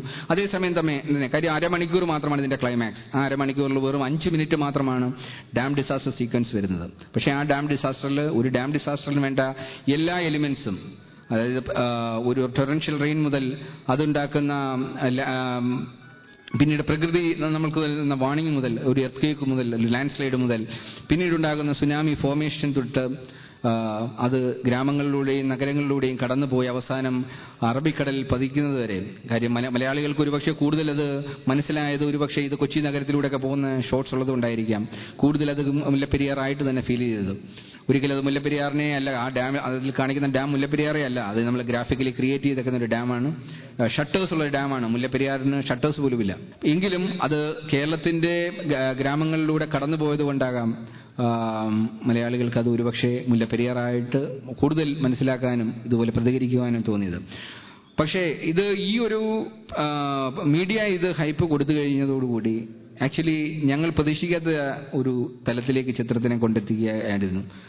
ജനങ്ങൾ ഈ ഒരു ഹൈപ്പ് കണ്ടപ്പോൾ വിചാരിച്ചത് ഇത് മുഴുവൻ തുടക്കം തൊട്ട് അവസാനം വരെ 2012 പോലെ ഒരു ദുരന്ത ചിത്രമാണ്. ആ ഒരു പ്രതീക്ഷയോടെ പോകുന്നവർക്ക് തീർച്ചയായിട്ടും ഈ ചിത്രം ഒരു പക്ഷേ സാറ്റിസ്ഫൈ ചെയ്യാൻ സാധിച്ചു എന്ന് വരത്തില്ല. കാര്യം അവരവിടെ ചെന്നിരിക്കുമ്പോഴാണ് ചിത്രം പകുതിയാകുമ്പോഴും ഡാമിനെ കുറിച്ച്, കാര്യം ഡാമിൽ ഞങ്ങൾ തുടക്കം തൊട്ട് പറഞ്ഞു പോകുന്നേ ഉള്ളൂ, ഡാമിനെ കുറിച്ച് ജസ്റ്റ് പറയുന്നു, സ്ലോലി ബിൽഡപ്പ് ചെയ്ത് ഡാമിന്റെ ചിത്രം കാണിക്കുന്നു, പിന്നെ അവസാനമാണ് ഹാഫ് ടൈം ആകുമ്പോഴാണ് ഞങ്ങൾ ഡാമിനെ തന്നെ ഇൻട്രൊഡ്യൂസ് ചെയ്യുന്നത്. ആ രീതിയിൽ നിരാശരാകാൻ ഒരുപക്ഷെ ഈ മീഡിയ ഹൈപ്പ് കാരണമായേക്കാം. ഒരുപക്ഷെ ആദ്യത്തെ 2 ദിവസം ശക്തമായി തിയേറ്ററിലെത്തിയവർ, അവരിൽ നിന്നാണ് അടുത്ത ജനങ്ങളിലേക്ക് പോകേണ്ടത്, അവർ ഒരുപക്ഷെ അതിന് ഒരു നെഗറ്റീവ് ഇതും കൊടുത്തിരിക്കാം. അങ്ങനെ ചില ഭാഗങ്ങളിൽ നിന്ന് ഞങ്ങൾക്ക് ശക്തമായ ചില അഭിപ്രായങ്ങളും ഉണ്ടായിട്ടുണ്ട്. എങ്കിലും ഈ ഒരു ചിത്രം കേരളത്തെ സംബന്ധിച്ചുള്ള മുല്ലപ്പെരിയാർ ഇഷ്യൂ മാത്രമല്ല, തീർച്ചയായിട്ടും നമ്മുടെ ഫിലിം മേക്കിംഗ് ഹിസ്റ്ററിയിൽ തന്നെ ഒരു ഭാഗമാകാൻ സാധിച്ചിരിക്കുകയാണ് ഇപ്പോൾ. കാര്യം ഏറ്റവും പ്രതിസന്ധിയിലൂടെ കടന്നുപോയത്, ഇതിന്റെ നിർമ്മാണത്തിന്റെ തുടക്കത്തിൽ തന്നെ ഒരുപാട് പ്രതിസന്ധികൾ ഉണ്ടായെങ്കിലും അവസാനം റിലീസ് ചെയ്യുന്ന സമയത്തെങ്കിലും എല്ലാം അടങ്ങിയെന്ന് വിചാരിച്ചിരിക്കുമ്പോഴാണ് ഇത് കേരളത്തിൽ കംപ്ലീറ്റ് സമരത്തിലേക്ക് നീങ്ങുകയും ഡിസ്ട്രിബ്യൂട്ടേഴ്സ് അടക്കം എല്ലാവരും സമരത്തിൽ, ഞങ്ങൾക്ക് തിയേറ്റേഴ്സ് കിട്ടാത്തൊരവസ്ഥ വരുന്നു. ഞങ്ങൾ നേരിട്ട് പോയിട്ടാണ് അവസാനം ഈ അസോസിയേഷനിലില്ലാത്ത 55ഓളം തിയേറ്ററുകളിൽ ഇത് റിലീസ് ചെയ്യുന്നതും. ഞങ്ങളുടെ പോലും പ്രതീക്ഷയ്ക്കപ്പുറം എറണാകുളത്ത് 5 തിയേറ്ററുകൾ ഹൗസ്ഫുള്ളായിട്ട് ഈ ചിത്രത്തിന് ഞങ്ങൾക്ക് ആദ്യത്തെ ദിവസം തന്നെ പ്രദർശിപ്പിക്കാൻ സാധിച്ചു എന്ന് പറയുന്നത് ഹിസ്റ്ററിയുടെ ഒരു പാർട്ടാണ്. ഒരിക്കലും ഒരു ഇംഗ്ലീഷ് ചിത്രത്തിന് ഇങ്ങനെ ഒരു വരവേൽപ്പ് കിട്ടിയിട്ടില്ല. ഈവൻ മലയാള ചിത്രങ്ങൾ പോലും ഒരു നഗരത്തിൽ 5 തിയേറ്ററിൽ ഹൗസ്ഫുള്ളായി ഓടിയതായിട്ട് എനിക്കറിയില്ല.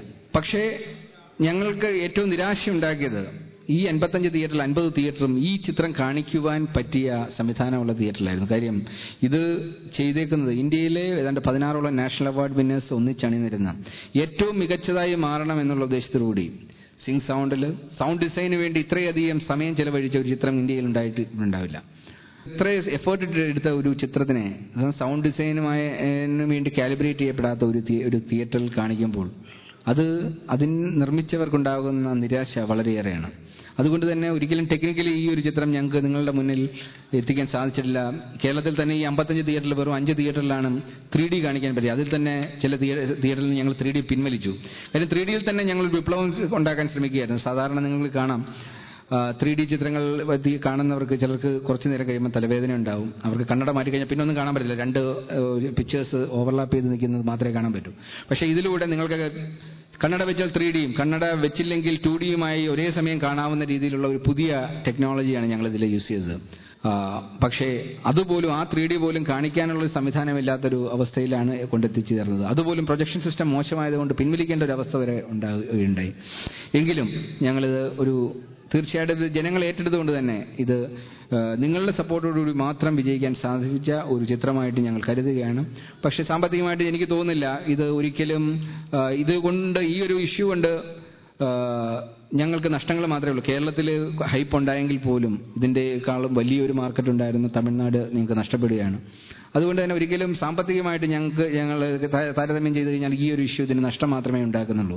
എങ്കിലും ഇതുണ്ടാക്കിയേക്കുന്ന അവയർനെസ് അത് തന്നെയാണ് ഞങ്ങൾക്കിതിൽ ലാഭമായിട്ട് കാണാൻ സാധിക്കുന്നത്. മാത്രവുമല്ല IMDb ലിസ്റ്റിംഗ് എന്ന് പറയാം, അന്താരാഷ്ട്ര ലെവലിൽ ഒരു ഹോളിവുഡ് ചിത്രത്തിനെ റേറ്റ് ചെയ്യുന്നതും അതിലെ സംവിധായകരെ അതിൻ്റെ ടെക്നീഷ്യന്മാരെ എല്ലാം റേറ്റ് ചെയ്യുന്ന IMDb റേറ്റിംഗിൽ ഈ ചിത്രം ലോകത്തിൽ ഇന്നുവരെ ഇറങ്ങിയിട്ടുള്ള ചിത്രങ്ങളിൽ 700ാമത് റാങ്കിനകത്തേക്ക് എത്തപ്പെടുകയും ഇന്ത്യയിൽ സംവിധായകരിൽ കഴിഞ്ഞ 5-ാം തീയതി വരെയുള്ള റേറ്റിംഗിൽ 1ാം സ്ഥാനത്തേക്ക് ഒറ്റ ചിത്രം കൊണ്ട് തന്നെ എന്നെ കൊണ്ടെത്തിക്കാൻ സാധിച്ചിട്ടുള്ളത് ഒരു വലിയ ഈ ഒരു ഹൈപ്പ്. അത് അമേരിക്കയിൽ ഇതുവരെ റിലീസ് ചെയ്യപ്പെട്ടില്ല. ഞങ്ങൾ 7 ദിവസം ഓസ്കാർ സ്ക്രീനിങ്ങിന് വേണ്ടി അമേരിക്കയിൽ കാണിച്ചാൽ അത് അമേരിക്കയിൽ സ്ക്രീൻ ചെയ്തിട്ടില്ല. ഈ അമേരിക്കയിലുള്ള റിലീസ് ഓസ്കാറിന്റെ ഡിസംബർ അവസാനത്തോടുകൂടി ഇതിന്റെ നോമിനേഷൻസ് ഉണ്ടോ ഇല്ലയോ എന്നറിയാൻ പറ്റും. നോമിനേഷൻ ഉണ്ടെങ്കിൽ ഇത് മാർച്ചിന് ശേഷമായിരിക്കും അന്താരാഷ്ട്ര ലെവലിൽ ഇത് റിലീസ് ചെയ്യപ്പെടുക. അല്ലെങ്കിൽ ജനുവരിയോടുകൂടി ഫെബ്രുവരിയോടുകൂടി ഇത് എത്തും. അതോടുകൂടി തീർച്ചയായിട്ടും ഇതിന്റെ റേറ്റിംഗ് വീണ്ടും ഉയരുമെന്ന് തന്നെയാണ് ഞങ്ങൾ പ്രതീക്ഷിക്കുന്നത്. പക്ഷേ ഈ ഒരു ചിത്രത്തിലൂടെ നമ്മൾ കാണിക്കുന്നത്, നമ്മൾ ഈ ഒരു നോമിനേഷനെങ്കിലും കിട്ടിയാൽ നമുക്ക് ധൈര്യമായിട്ട് പറയാം നമ്മൾ ഒരു സായിപ്പിന്റെയും ഷാഡോയിൽ നിന്ന് നേടിയതല്ല. നമ്മൾ ഇന്ത്യക്കാർ ഇതിനകത്ത് കുറവുകളുണ്ടെങ്കിൽ അത് നമ്മൾ തന്നെ സ്വയം മനസ്സിലാക്കുക. ഇതിന്റെ ഗ്രാഫിക്സ് നിങ്ങൾക്ക് ചിലപ്പം പലയിടത്തും തോന്നിയേക്കാം ഇതിനേക്കാൾ എത്രയോ ഭയങ്കരമായിട്ട് ഇംഗ്ലീഷ് ചിത്രങ്ങൾ കാണിക്കുന്നത്. നമ്മൾ എന്തിന് അവരുമായി കമ്പയർ ചെയ്യണം? നമ്മൾ ഇന്ത്യക്കാർ നമ്മൾ തന്നെ ചെയ്തേക്കുന്ന ഒരു പ്രോഡക്റ്റ് നമ്മൾ അഭിമാനിക്കണം. 10-25 വർഷം പിറകിൽ കിടക്കുന്ന ഒരു ഇന്ത്യൻ ഫിലിം ഇൻഡസ്ട്രിയെ ഈ ഒരു ചിത്രത്തിലൂടെ ആ ഗ്യാപ്പ് വളരെയധികം കുറയ്ക്കാനും ഈ 2D 3D കൺവെർഷൻ പോലുള്ള ലേറ്റസ്റ്റ് ടെക്നോളജി പോലും കൊണ്ടുവരാൻ സാധിച്ചിട്ടുണ്ടെങ്കിൽ അതൊരു അച്ചീവ്മെന്റ് ആയിട്ട് കണ്ട് നമ്മൾ അഭിമാനിക്കുകയാണ് വേണ്ടത്. സ്ലം ഡോഗ് മില്യനർ നമുക്കുണ്ടാക്കിയ നാണക്കേട് എത്രയുണ്ടെന്ന് ഈ ലോകം മുഴുവൻ യാത്ര ചെയ്യുന്ന ഒരു വ്യക്തിക്ക് എന്ന നിലയിൽ എനിക്ക് കൂടുതൽ ഒരുപക്ഷെ നിങ്ങളെക്കാളും മനസ്സിലാക്കാൻ സാധിക്കും. എവിടെ ചെന്നാലും ജനങ്ങൾ ഇന്ന് ഇന്ത്യയെ കാണുന്നത് സ്ലം ഡോഗ് മില്യനറെ കാണുന്ന ലാൻഡ് ഓഫ് സ്ലംസ് എന്നാണ് ഇന്ത്യയെ കാണുന്നത്. അതല്ല ഇന്ത്യ. നമ്മൾ ഇവരെക്കാളെല്ലാം എത്രയോ ഉയരങ്ങളിലാണ്. നമ്മളുടെ കുടുംബ ബന്ധങ്ങൾ ഇവരെക്കാൾ എത്രയോ ശക്തമാണ്. നമ്മളുടെ ഭേദങ്ങൾ ഇവരെക്കാൾ എത്രയോ ഉറച്ചാണ്. നമ്മളുടെ സംഗീതം ഇവരുടെ സംഗീതത്തെക്കാൾ എത്രയോ റിച്ചാണ്. ഈ നമ്മളുടെ കൾച്ചർ, ഇതെല്ലാമാണ് ഈ ചിത്രത്തിനെ 9 ആംഗിളിൽ കാണാവുന്ന രീതിയിൽ ഞങ്ങൾ ചിട്ടപ്പെടുത്തിയിട്ടുണ്ട്. ഒരു പക്ഷേ ആദ്യമായി കാണുന്ന നിങ്ങൾക്കിത് എല്ലാം കൂടി മനസ്സിലാവും. നിങ്ങൾക്ക് ജസ്റ്റ് ഒരു ഡാം ദുരന്തം കാണാൻ വേണ്ടി പോകുന്ന നിങ്ങൾക്ക് മനസ്സിലാവില്ല. പക്ഷേ ഈ ചിത്രം ഇനി DVD ആയിട്ട് 25-ാം തീയതി റിലീസ് ചെയ്യപ്പെടുന്നുണ്ട്. അപ്പോൾ എടുത്ത് കാണുക. ഓരോ തവണയും നിങ്ങൾ ഓരോ ആംഗിളിൽ കാണുമ്പോൾ അതിനെ കൂടുതൽ ആസ്വാദികരമാക്കാൻ. കാര്യം ഇപ്പം മ്യൂസിക് ആംഗിൾ നോക്കിക്കഴിഞ്ഞാൽ ഔസേപ്പച്ചൻ മാഷ് ഇതിനകത്ത് ചെയ്തേക്കുന്ന വർക്ക് എന്താണെന്ന് അപ്പോൾ മാത്രമേ അതിൻ്റെ ഡെപ്ത് എന്താണെന്ന് നിങ്ങൾക്ക് അപ്പോൾ മാത്രമേ മനസ്സിലാവത്തുള്ളൂ. 5000 വർഷത്തെ ഇന്ത്യൻ സംഗീതത്തിലൂടെയുള്ള യാത്ര എന്ന നിലയിൽ ഏതാണ്ട് 1 വർഷത്തോളം എടുത്ത ഔസേപ്പച്ചൻ മാഷ് ചെയ്ത 9 ഗാനങ്ങൾ ഇതിനകത്തുണ്ട്. വേദമന്ത്രങ്ങളിൽ നിന്ന് നമ്മുടെ ലോകത്തിൽ ആദ്യം ഉണ്ടായേക്കുന്ന സംഗീതം അന്നത്തെ രാഗത്തിൽ എങ്ങനെ ആലപിച്ചു അതേപോലെ തന്നെ നമ്മൾ ഇന്നും ആലോപിക്കുന്നത്. ആ രീതിയിൽ വേദമന്ത്രങ്ങളിൽ നിന്ന് തുടങ്ങി ഗസൽസിലൂടെയും ലല്ലബീസിലൂടെയും മോഡേൺ റാപ്പിലേക്ക് വരുന്ന രീതിയിൽ ഔസേപ്പച്ചൻ മാഷ് ചെയ്ത സംഗീതം. ഈ സൗണ്ട് ഡിസൈൻ നിങ്ങൾ നല്ലൊരു സിസ്റ്റത്തിലിട്ട് ഇതിന്റെ ബ്ലൂറേ തന്നെ എടുത്തിട്ട് കണ്ടു കഴിഞ്ഞാൽ ഷജിത് കോയേരി എത്ര മനോഹരമായിട്ടാണ് ഇതിന്റെ സൗണ്ട് ഡിസൈൻ ചെയ്തിരിക്കുന്നതെന്ന് നിങ്ങൾക്ക് മനസ്സിലാക്കാൻ സാധിക്കും. അതുപോലെ തന്നെ തോട്ടാധരണി എന്ന് പറയുന്ന ഇന്ത്യ കണ്ട ഏറ്റവും വലിയ ആർട്ട് ഡയറക്ടർ, അദ്ദേഹം ക്രിയേറ്റ് ചെയ്തേക്കുന്ന, ഇന്ന് നിങ്ങൾക്ക് ചിലപ്പോൾ ഇതിന്റെ വിഷ്വൽസിൽ ചിലപ്പോൾ കണ്ട മിനിയേച്ചേഴ്സും ഗ്രാഫിക്സും കൂടെ കോമ്പോസിറ്റ് ചെയ്തിരിക്കുന്ന ഇതിന്റെ ഡാമിന്റെ അവസാനത്തെ ഡിസാസ്റ്റേഴ്സ്. ഇത് നമ്മൾ ചെയ്യാൻ ഹോളിവുഡിലെ സ്റ്റുഡിയോസിലൊന്നല്ല പോയത്. ഇന്ത്യയിൽ തന്നെയുള്ള ലോകത്തിലെ ഏറ്റവും വലിയ സ്റ്റുഡിയോ ഇന്ത്യയിൽ തന്നെ ഉണ്ടായിരുന്നു, രാമോജി ഫിലിം സിറ്റി. പക്ഷേ അവർക്കൊന്നും ഒരിക്കലും ഇതുപോലൊരു പ്രോജക്റ്റ് കിട്ടാത്തത് കൊണ്ട് അവർക്ക് ഇത് ചെയ്യാനൊരു അവസരം ലഭിച്ചില്ല. സാധാരണ ഒരു ഇന്ത്യൻ ചിത്രങ്ങളിൽ മാത്രം ഒതുങ്ങി നിന്ന രാമോജി ഫിലിം സിറ്റിയിൽ വെച്ച് ഇതിന്റെ ക്ലൈമാക്സ് സീക്വൻസസ് ഇത്ര മനോഹരമായിട്ടാണ്. അതിലെ സെറ്റുകൾ, ആ പമ്പ് ഹൗസ് എല്ലാം ആക്ച്വലി ഇതിനകത്ത് നിങ്ങൾ കാണുന്ന മിക്കവാറും എല്ലാം സെറ്റുകളാണ്. ഇത് മുഴുവൻ ശ്രീ തോട്ടാധരണി ചെയ്തേക്കുന്നതൊക്കെ കൂടുതൽ നിങ്ങൾക്ക് മനസ്സിലാക്കണമെങ്കിൽ ഇതിന്റെ മേക്കിംഗ് ഓഫ് മൂവിയുടെയൊക്കെ വിഷ്വൽസ് ഞങ്ങൾ ഒരുപാട് യൂട്യൂബിൽ ഇട്ടിട്ടുണ്ട്. അത് കണ്ടതിന് ശേഷം കണ്ടു കഴിഞ്ഞാൽ കുറേ മനസ്സിലാകും.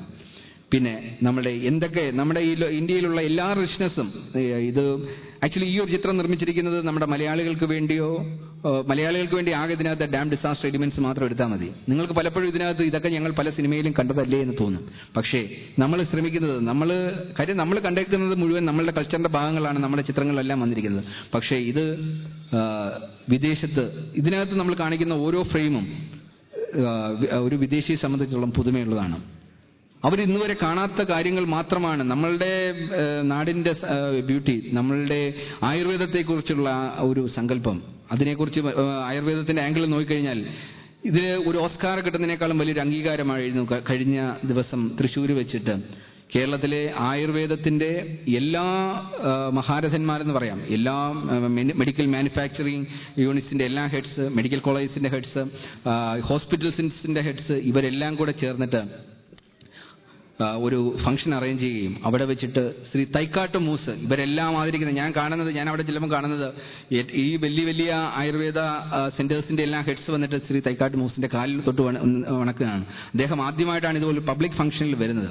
അവിടെ വെച്ചിട്ട് അവര് എനിക്കൊരു ഉപകാരം തരികയാണ്. അവർ പറഞ്ഞത് ഈ ആയുർവേദം എന്ന് പറയുന്ന ഇത്രയും വലിയ ഒരു ഓൾട്ടർനേറ്റ് മെഡിസിനെ, ഈ അലോപ്പതികളൊക്കെ എത്രയോ ഉയരങ്ങളിൽ എത്രയോ പഴക്കമേറിയ ഒരു ഇതിനെ, ആരാലും അറിയപ്പെടാത്ത ഈ സാധനത്തിനെ ലോകത്തിന്റെ 200ഓളം രാജ്യങ്ങളിലേക്ക് കൊണ്ടെത്തിക്കാൻ ഈ ചിത്രത്തിന് സാധിക്കുമെന്ന് അവർ ഉറച്ചു വിശ്വസിക്കുന്നു. അത് തന്നെയാണ് ഈ ചിത്രത്തിന്റെ ഈ 9 ആംഗിളിൽ ഒരു ആംഗിൾ മാത്രമായിരുന്നു ആയുർവേദം. അത് ആയുർവേദത്തിന്റെ ആംഗിൾ നോക്കിക്കഴിഞ്ഞാൽ അവരെ സംബന്ധിച്ചിടത്തോളം ഏറ്റവും വലിയൊരു അച്ചീവ്മെന്റ് ആണ്. ഇതുപോലെയാണ് ഇതിന്റെ 9 ആംഗിളും. ചിലർക്ക് ഒരു ആംഗിളിൽ നിന്ന് നോക്കുന്നവർക്ക് മറ്റൊരു ആംഗിൾ ഇഷ്ടപ്പെട്ടു എന്ന് വരത്തില്ല. പക്ഷേ അതിനെ കൂടുതലായിട്ട് കാണുക, ഞങ്ങൾ ഈ ഒരു ചിത്രത്തിലൂടെ അതാണ് ശ്രമിക്കുന്നത്.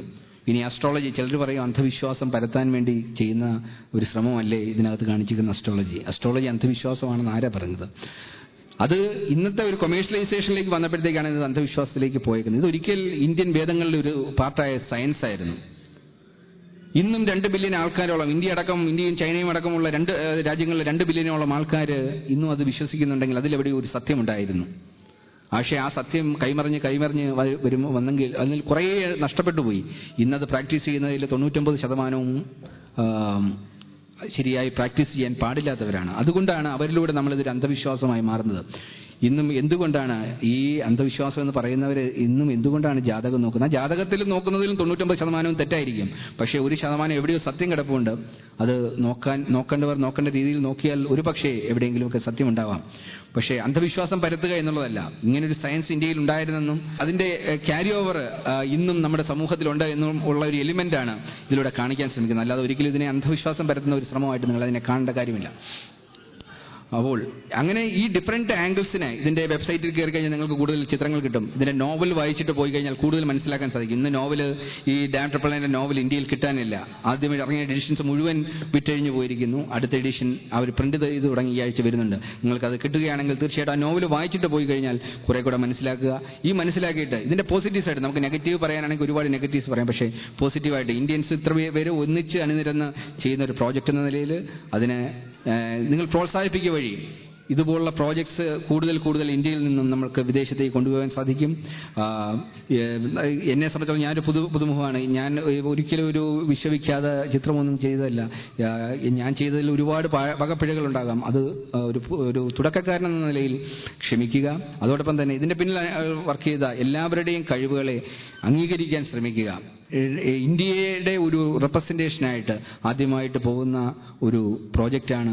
ഇതിൽ എന്തൊക്കെയോ ശരിയുണ്ട്, അല്ലെങ്കിൽ എന്തൊക്കെയോ പ്രത്യേകത ഉള്ളത് കൊണ്ട് മാത്രമാണ് വാർണർ ബ്രദേഴ്സ് പോലുള്ള ഒരു ലോകോത്തര ചലച്ചിത്ര ഡിസ്ട്രിബ്യൂഷൻ കമ്പനി, ഒരു സ്റ്റുഡിയോ, ഹോളിവുഡ് സ്റ്റുഡിയോ ഇത് ഏറ്റെടുത്തത്. ഇതിലെന്തൊക്കെയോ പ്രത്യേകതകൾ ഉള്ളത് കൊണ്ടായിരിക്കാം ഇത് ഹോളിവുഡ് ലൈബ്രറിയിലേക്ക് തിരഞ്ഞെടുക്കപ്പെട്ടത്. അതിലേറെ 1963 ഇന്ത്യ കണ്ട ഏറ്റവും വലിയ ഫിലിം മേക്കറായിരുന്ന സത്യജിത് റേയുടെ ഒരു സ്വപ്നമാണ് ഈ ഒരു ചിത്രത്തിലൂടെ സാക്ഷാത്കരിക്കപ്പെടുന്നത്. എനിക്കറിയില്ല എത്ര പേർക്ക് അദ്ദേഹത്തിന്റെ ആ സ്വപ്നം എന്തായിരുന്നു എന്ന് അറിയാമായിരുന്നു. ഇന്ത്യയിൽ നിന്ന് ആദ്യമായിട്ട് ഇതുപോലൊരു പ്രോജക്റ്റ് അദ്ദേഹം പ്ലാൻ ചെയ്തത് ശ്രീ സത്യജിത് റേ ആയിരുന്നു. അദ്ദേഹം ഏലിയൻ എന്നൊരു പ്രോജക്റ്റ് കൊളംബിയ പിക്ചേഴ്സുമായി ചേർന്നിട്ട് ചെയ്യാൻ അദ്ദേഹം ശ്രമിക്കുകയായിരുന്നു. ഇന്ത്യയിൽ വെച്ചിട്ട് ഒരു ഹോളിവുഡ് സ്റ്റാൻഡേർഡിൽ ഒരു ചിത്രം നിർമ്മിക്കുക. ഏതാണ്ട് 12 വർഷത്തോളം അദ്ദേഹം അതിനുവേണ്ടി വർക്ക് ചെയ്തു. ഒടുവിൽ പല കാരണങ്ങളാൽ അദ്ദേഹത്തിന് അത് ഉപേക്ഷിക്കേണ്ട ഒരു അവസ്ഥ ഉണ്ടായി. അതേ പ്രോജക്റ്റ് പിന്നീട് സ്പീൽബർഗ് E.T. എന്ന് പറയുന്ന ചിത്രമായി, അന്ന് സത്യജിത് റേ വരച്ച സ്റ്റോറി ബോർഡുണ്ട്. ആ സ്റ്റോറി ബോർഡിലെ നിങ്ങൾ പിന്നീട് കണ്ട E.T.യിലെ E.T.യുടെ രൂപം വരച്ചത് സത്യജിത് റേയാണ്. ഇത് എത്ര പേർക്ക് അറിയാവുന്ന എനിക്കറിയില്ല. സത്യജിത് റേയുടെ അദ്ദേഹം സിനിമാ നിർമ്മാണത്തിന്റെ അത്യുന്നതങ്ങളിൽ എത്തിയെങ്കിലും അദ്ദേഹത്തിന്റെ മനസ്സിൽ മരിക്കുമ്പോഴും വേദനയോടെ കിടന്ന ഏക എലിമെന്റ് അത് മാത്രമായിരുന്നു. അതിനുശേഷം ആ സ്വപ്നം ഏതാണ്ട് 40 വർഷത്തിന് ശേഷം ഈ 16 പേരടങ്ങുന്ന ഒരു ഗ്രൂപ്പിനോടൊപ്പം എനിക്കും പ്രവർത്തിക്കാൻ സാധിച്ച് ആ സ്വപ്നത്തിന്റെ സാക്ഷാത്കാരമാണ്. ഇന്ത്യയിൽ നിന്ന് ഒരു ഇന്ത്യൻ ബേസ്ഡ് സ്റ്റോറി നമ്മൾ പറയുന്നു. അത് നമ്മൾ ആദ്യമായി ലോകത്തിലെ പുറത്തേക്ക് എക്സ്പോർട്ട് ചെയ്യുകയാണ്. ഇതിനകത്ത് ഒരു സായിപ്പിന്റെയും സഹായം നമ്മൾ തേടിയിട്ടില്ല. ഇതിന്റെ പോസ്റ്റ് പ്രൊഡക്ഷൻ മുഴുവൻ നമുക്ക് ഇന്ത്യയിൽ തന്നെ ചെയ്യാൻ സാധിച്ചിട്ടുണ്ട്. പക്ഷേ എല്ലാം കഴിഞ്ഞിട്ട് നമുക്കത് ഒരു ഹോളിവുഡ് സ്റ്റുഡിയോയെ കൊണ്ട് തന്നെ ഡിസ്ട്രിബ്യൂട്ട് ചെയ്യിക്കാൻ സാധിച്ചു. അത് തന്നെയാണ് ഇതിന്റെ ഏറ്റവും വലിയ വിജയം. അതിലൂടെ ഈ ഒരു ചിത്രത്തിലൂടെ ഈ മുല്ലപ്പെരിയാർ ഇഷ്യൂവിന് ഈ ഒരു മാനം കൈവരിക്കാൻ സാധിച്ചെങ്കിൽ അത് ഒരു ഫിലിം മേക്കർ എന്ന നിലയിൽ എനിക്ക് കിട്ടുന്ന ഏറ്റവും വലിയ അംഗീകാരമായി ഞാൻ കാണുന്നു. അതോടൊപ്പം ഇതുപോലൊരു ചടങ്ങ് നിങ്ങളെ അഡ്രസ് ചെയ്യാനും, കാര്യം ഈ ഒരു ചിത്രത്തിന്റെ പ്രദർശനത്തിന് ശേഷം ആദ്യമായിട്ടാണ് ഈ ഗൾഫിൽ വെച്ച്, കാര്യം ഗൾഫ് ഞാനാക്കിയത് ഈ ഗൾഫാണ്. ഞാൻ പഠിച്ചിറങ്ങി നേരെ ആദ്യത്തെ കുറച്ച് നാളൊരു കപ്പലിൽ സെയിൽ ചെയ്തു. അതിനുശേഷം ഞാൻ കഴിഞ്ഞ 20 വർഷത്തിന് മുമ്പ് ഗൾഫിൽ വന്നതാണ്. ആ ഈ 20 വർഷം കൊണ്ട് ഞാനാക്കിയതെല്ലാം ഈ ഗൾഫാണ്. ആ ഗൾഫിൽ വെച്ച് എനിക്ക് കിട്ടുന്ന ആദ്യത്തെ ഒരു സ്വീകരണമാണ്. അതിന് ഒരിക്കലും എനിക്ക് മറക്കാൻ സാധിക്കില്ല. ഇനി ഒട്ടേറെ സ്വീകരണങ്ങൾ ഏറ്റുവാങ്ങുന്നുണ്ടാകും. പക്ഷേ ആദ്യത്തെ ഇതിന്റെ ഒരു മധുരം അത് മനസ്സിൽ നിന്ന് പോകില്ല. അതിന് വേദി ഒരുക്കിയ എല്ലാവർക്കും നന്ദി പറഞ്ഞുകൊണ്ട് ഞാൻ വാക്കുകൾ ഉപസംഹരിക്കുന്നു. നന്ദി, നമസ്കാരം. നന്ദി ശ്രീ സോഹൻ റോയ്. ഞാൻ അടുത്തായിട്ട് സംസാരിക്കാനായിട്ട് ശ്രീ ഇക്ബാൽ. സുഹൃത്തുക്കളെ, ഇതിലെ ആശങ്കകളെക്കുറിച്ച് നമ്മൾ സംസാരിക്കേണ്ട കാര്യമുണ്ടെന്ന് എനിക്ക് തോന്നുന്നില്ല. അത് കേരളത്തിലെ ജനങ്ങൾക്ക് എല്ലാവർക്കും അറിയാവുന്ന ഒരു കാര്യമാണെന്ന്. സുർക്കി എന്ന് പറഞ്ഞാൽ എന്താണ് എന്ന് കേരളത്തിലെ ഏത് കൊച്ചുകുട്ടിക്ക് പോലും അറിയാവുന്ന തരത്തിൽ നമ്മുടെ ഇതിനെക്കുറിച്ചുള്ള അറിവ് വളർന്നു കഴിഞ്ഞിട്ടുണ്ട്. എനിക്ക് തോന്നുന്നൊരു പ്രധാനപ്പെട്ട പ്രശ്നം, ഞങ്ങളുടെ നാട്ടിലൊരു തമാശ പറയാറുണ്ട്, കൊഞ്ചനെ കോത്ത് പൊളവനെ പിടിക്കുക എന്ന് പറയും. സാധാരണ ചൂണ്ടലിടുന്നതിനെ പറ്റി പറയുന്നതാണ്. ചെറിയ ചെമ്മീനിനെ ഇരയായിട്ട് വിട്ടിട്ട് വലിയ മത്സ്യങ്ങളെ പിടിക്കുക എന്നുള്ളത്. തമിഴ്നാട് ഇന്ന് വളരെ കൃത്യമായി ചെയ്തുകൊണ്ടിരിക്കുന്നത് അത് തന്നെയാണ്. ഞാൻ ആ കാര്യത്തിൽ തമിഴ്നാടിൻ്റെ കൂടെയാണ്. കാരണം ഇത് വാടകയ്ക്ക് കൊടുക്കുന്നവരുടെയും വാടക വാങ്ങുന്നവരുടെയും ഒരു മനഃശാസ്ത്രമുണ്ട്. അത് വാടക കൊടുക്കുന്നവർ തന്നെ വാടക വാങ്ങിച്ചു കഴിഞ്ഞാൽ ഈ രണ്ട് സ്ഥലത്തും അയാളുടെ നിലപാട് വ്യത്യസ്തമായിരിക്കും. അതായത് ഞാനിപ്പോൾ വാടക കൊടുക്കുന്നുണ്ടെങ്കിൽ എടുക്കുന്ന ഒരു നിലപാട്, അതേസമയം തന്നെ ഞാൻ വാടകയ്ക്ക് ഒരു സാധനം വാങ്ങിച്ചു കഴിഞ്ഞാൽ എടുക്കുന്ന നിലപാടിലും തികച്ചും വ്യത്യസ്തമായിരിക്കും. അവിടെ ഞാൻ വാടകക്കാരൻ്റെ നിലപാട് തന്നെ എടുക്കുക, ഇത് കാലാകാലം എൻ്റെ കയ്യിൽ നിൽക്കണം എന്നുള്ളത്. അപ്പോൾ ഇതിനെക്കുറിച്ച് നമ്മൾ ചർച്ച ചെയ്യുന്ന സമയത്ത് ഞാൻ പറഞ്ഞല്ലേ, നമുക്ക് പ്രതിവിധികളെക്കുറിച്ചാണ് നമ്മൾ ചർച്ച ചെയ്യേണ്ടത്. അതിലേക്ക് പോകുന്നതിന് മുമ്പായിട്ട് ഒരു 2-3 ചെറിയ കാര്യങ്ങൾ ഇതിൻ്റെ ഏറ്റവും അടിയാധാരത്തിലേക്ക് പോകുമ്പോൾ നേരത്തെ ഇവിടെ സൂചിപ്പിച്ച കാര്യങ്ങളുണ്ട്. അതിൽ വളരെ രസകരമായിട്ടുള്ള ചില കാര്യങ്ങളുണ്ട്. അതിൽ ഏറ്റവും രസകരമായിട്ടുള്ളൊരു കാര്യം, ഈ 999 വർഷത്തേക്കുള്ള ഏതെങ്കിലും കരാറുകൾ ലോകത്ത് നിലനിൽക്കുന്നുണ്ടോ എന്നുള്ള കാര്യം നമ്മൾ അന്വേഷിക്കേണ്ടതുണ്ട്. ഏറ്റവും ആദ്യത്തെ പോയിന്റ് അതാണ്. രണ്ടാമത്തെ കാര്യം, ബ്രിട്ടീഷുകാർ ഇന്ത്യയിൽ നിന്ന് പോയതിന് ശേഷം സംസ്ഥാനങ്ങൾ തമ്മിലുള്ള ബ്രിട്ടീഷുകാർ ഇടപെട്ടിട്ടുള്ള കരാറുകൾ ഇന്നും നിലനിൽക്കുന്നുണ്ടോ എന്നുള്ളത് കൂടി അന്വേഷിക്കേണ്ടതുണ്ട്. ഇതിൻ്റെ വളരെ ഉപരിപ്ലവമായിട്ടുള്ള കാര്യങ്ങൾ ചർച്ച ചെയ്തുകൊണ്ട് ഈ കുട്ടികൾ, ഞാനൊക്കെ കുട്ടിയായിരുന്ന സമയത്ത് സ്കൂളിൽ പോകുമ്പം വയലുള്ള സ്ഥലത്തുകൂടിയാണ് പോവുക. അപ്പോൾ ഞങ്ങൾ കളിക്കുന്ന ഒരു കളി നിങ്ങളും കളിച്ചിട്ടുണ്ടാവും. ഈ വെള്ളത്തിൽ ഇലയിടും, എന്നിട്ട് ഏത് ഇലയാണ് മുന്നിലെത്തിയെന്ന് നോക്കും. എനിക്ക് യഥാർത്ഥത്തിൽ ഈ AGയുടെ ഇത് കേട്ട സമയത്ത് എനിക്ക് തോന്നിയൊരു കാര്യം അതാ. അതായത് 50 കിലോമീറ്ററാണ് പോലെ ഇടുക്കി ഡാമിലേക്കുള്ള ദൂരം. എന്നിട്ട് ഈ ഡാമിന് ഈ വെള്ളം കൊള്ളാൻ വേണ്ടി കഴിയുന്നൊക്കെ പറയുന്നത്. ഇത് പൊട്ടി ഒലിച്ച് വരുന്ന സമയത്ത് എന്താ സംഭവിക്കുക എന്നൊരു സാമാന്യ ബുദ്ധിയുള്ള മനുഷ്യനെ ആലോചിച്ചാൽ അറിയില്ലേ. എന്നിട്ടാണ് നമ്മളെ ഈ ആളുകൾ പോയിട്ട് ഈ കാര്യങ്ങൾ ചെയ്യുന്നത്. ഈ നേരത്തെ ഞാൻ പറഞ്ഞ ഈ ഒരു കാര്യം ബ്രിട്ടീഷ് ഗവൺമെന്റ് ചെയ്ത സമയത്ത് ഞാൻ ജനാധിപത്യ ഗവൺമെന്റുകളെ പൂർണ്ണമായും അനുകൂലിക്കുന്ന ഒരാളാണ്.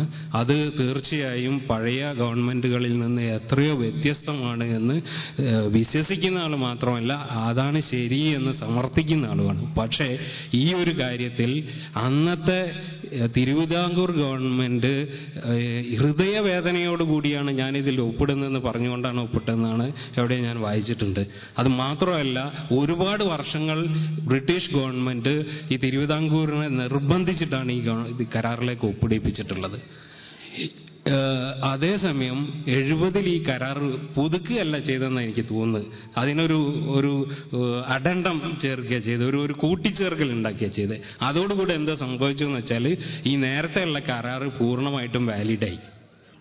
എന്നിട്ട് അതിൽ എഴുതി ചേർത്ത രസം എന്താണെന്ന് വെച്ചാൽ 8000, അതാണ് ഞാൻ നേരത്തെ പറഞ്ഞ കൊഞ്ചനെ കോത്ത് പുളവനെ പിടിക്കുക എന്നുള്ളത്. ഇത് യഥാർത്ഥത്തിൽ ഡാമിന്റെ പ്രശ്നമല്ല, ഇത് 8000 ഏക്കർ ഭൂമിയുടെ പ്രശ്നമാണ്.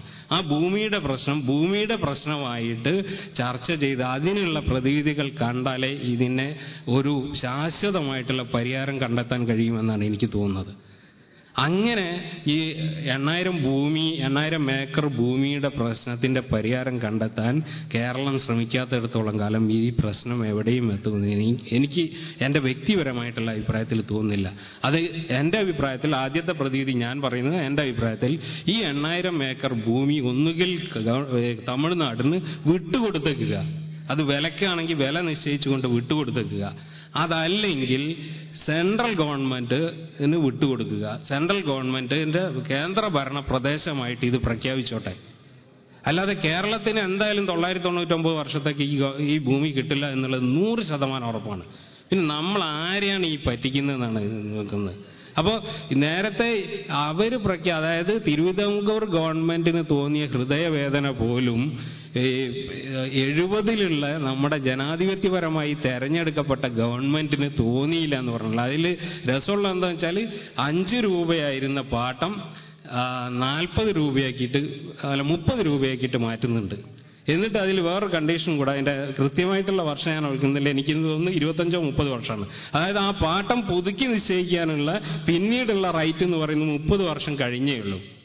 എന്നിട്ട് ഇതിലാകെ തിരിച്ചു കൊടുത്തൊരു സാധനം എന്താന്ന് വെച്ചാൽ മീൻ പിടിക്കാനുള്ള അവകാശം കേരള ഗവൺമെന്റിന് തിരിച്ചങ്ങ് കൊടുക്കുകയും ചെയ്തിട്ടുണ്ട്. അപ്പൊ കോടിക്കണക്കിന് രൂപ തമിഴ്നാട് എന്ന് പറയുന്ന സംസ്ഥാനത്തിന് ലാഭം ഉണ്ടാവുകയും വളരെ ചുരുങ്ങിയ തുച്ഛമായിട്ടുള്ള ഒരു സംഖ്യ കേരളത്തിനും കിട്ടുകയും ചെയ്യുക എന്നുള്ളതാണ് ഇതിന്റെ ആകെ തുക. അപ്പം കേരളത്തിലെ പത്രങ്ങൾ ചെയ്തു കഴിഞ്ഞോ എന്നുള്ള എനിക്കറിയില്ല. ഈ 2 കരാറുകളും മനുഷ്യന് മനസ്സിലാവുന്ന മലയാള ഭാഷയിൽ എഴുതിയിട്ട് പ്രസിദ്ധീകരിക്കണം. ജനങ്ങൾ അറിയട്ടെ കാര്യങ്ങൾ. ജനങ്ങൾ അറിഞ്ഞതുകൊണ്ട് വലിയ കാര്യമുണ്ടെന്ന് എനിക്ക് തോന്നുന്നില്ല. അതും കൂടെ പറഞ്ഞേ പറ്റൂ. കഴിഞ്ഞ തെരഞ്ഞെടുപ്പിൽ വളരെ ദയനീയമായി എന്ന് എനിക്ക് തോന്നിയിട്ടുള്ള, കേരളത്തിൽ ജനങ്ങളോട് പുച്ഛം തോന്നിയിട്ടുള്ള ഒരു തോൽവിയുണ്ട്. അത് സാക്ഷാൽ പ്രേമേന്ദ്രന്റെ തോൽവിയാണ്. മാതൃഭൂമി ഇതിനെക്കുറിച്ച് ഒരുപാട് ദിവസം എഴുതിയിരുന്നു. അതിൽ ഏറ്റവും അവസാനം ഒരു 5-10 വരിയിൽ എഴുതിയിട്ടുള്ളത് പ്രേമചന്ദ്രനാണ് ഈ പ്രശ്നം ആദ്യമായി ഏറ്റെടുത്തതെന്നും അത് വളരെ കൃത്യമായി ശാസ്ത്രീയമായിട്ട് അയാൾ കൈകാര്യം ചെയ്തു എന്നും അതിൽ പറയുന്നുണ്ട്. ആ മനുഷ്യനെയാണ് നമ്മൾ തോൽപ്പിച്ചത്. കേരളത്തിലെ എല്ലാ മന്ത്രിമാരും, കടന്നപ്പള്ളി രാമേന്ദ്രൻ ഒഴിച്ച് ബാക്കി എല്ലാ മന്ത്രിമാരും, മത്സരിച്ച എല്ലാ മന്ത്രിമാരും നല്ല ഭൂരിപക്ഷത്തോടുകൂടി ജയിച്ചു. കൊല്ലത്ത് പ്രത്യേകിച്ച് ഇടതുമുന്നണിക്ക് പ്രാമുഖ്യം വന്നിട്ടുള്ള സ്ഥലത്ത്, ഞാൻ അതിന്റെ രാഷ്ട്രീയമല്ല പറയുന്നത്, ജനങ്ങളുടെ മനസ്ഥിതിയാണ് പറയുന്നത്. ഏത് രാഷ്ട്രീയക്കാരനായിക്കോട്ടെ, പക്ഷേ മുമ്പിൽ നിൽക്കുന്ന രാഷ്ട്രീയക്കാരൻ കള്ളനാണെങ്കിൽ അല്ലെങ്കിൽ നേതാവ് ഇതാണെങ്കിൽ അതിനെതിരെ കൃത്യമായി ശബ്ദിക്കാനും നിലപാടെടുക്കാനുമുള്ള എന്നാണോ മലയാളി അത് പഠിക്കാതിരിക്കുന്നത്, അത് ഇതിനേക്കാളേറെ വലിയ ദുരന്തം ഇപ്പൊ മലയാളി അനുഭവിച്ചുകൊണ്ടിരിക്കുന്നുണ്ട്, ഇനിയും അനുഭവിക്കുകയും ചെയ്യും. ഇതിലും വലിയ ദുരന്തം നമ്മൾ ടിവിയിലും അനുഭവിക്കുന്നുണ്ട്. ഒന്നും വേണ്ട, മുല്ലപ്പെരിയാർ പൊട്ടൊന്നും വേണ്ട, ഒരു 10 മിനിറ്റ് കഥയല്ലിത് ജീവിതം കണ്ടാൽ മതി. 25 തലമുറന്റെ ഗതി പോക്കായിരിക്കും. ഇതല്ല ഇന്നത്തെ കേരളത്തിലെ സ്ഥിതി.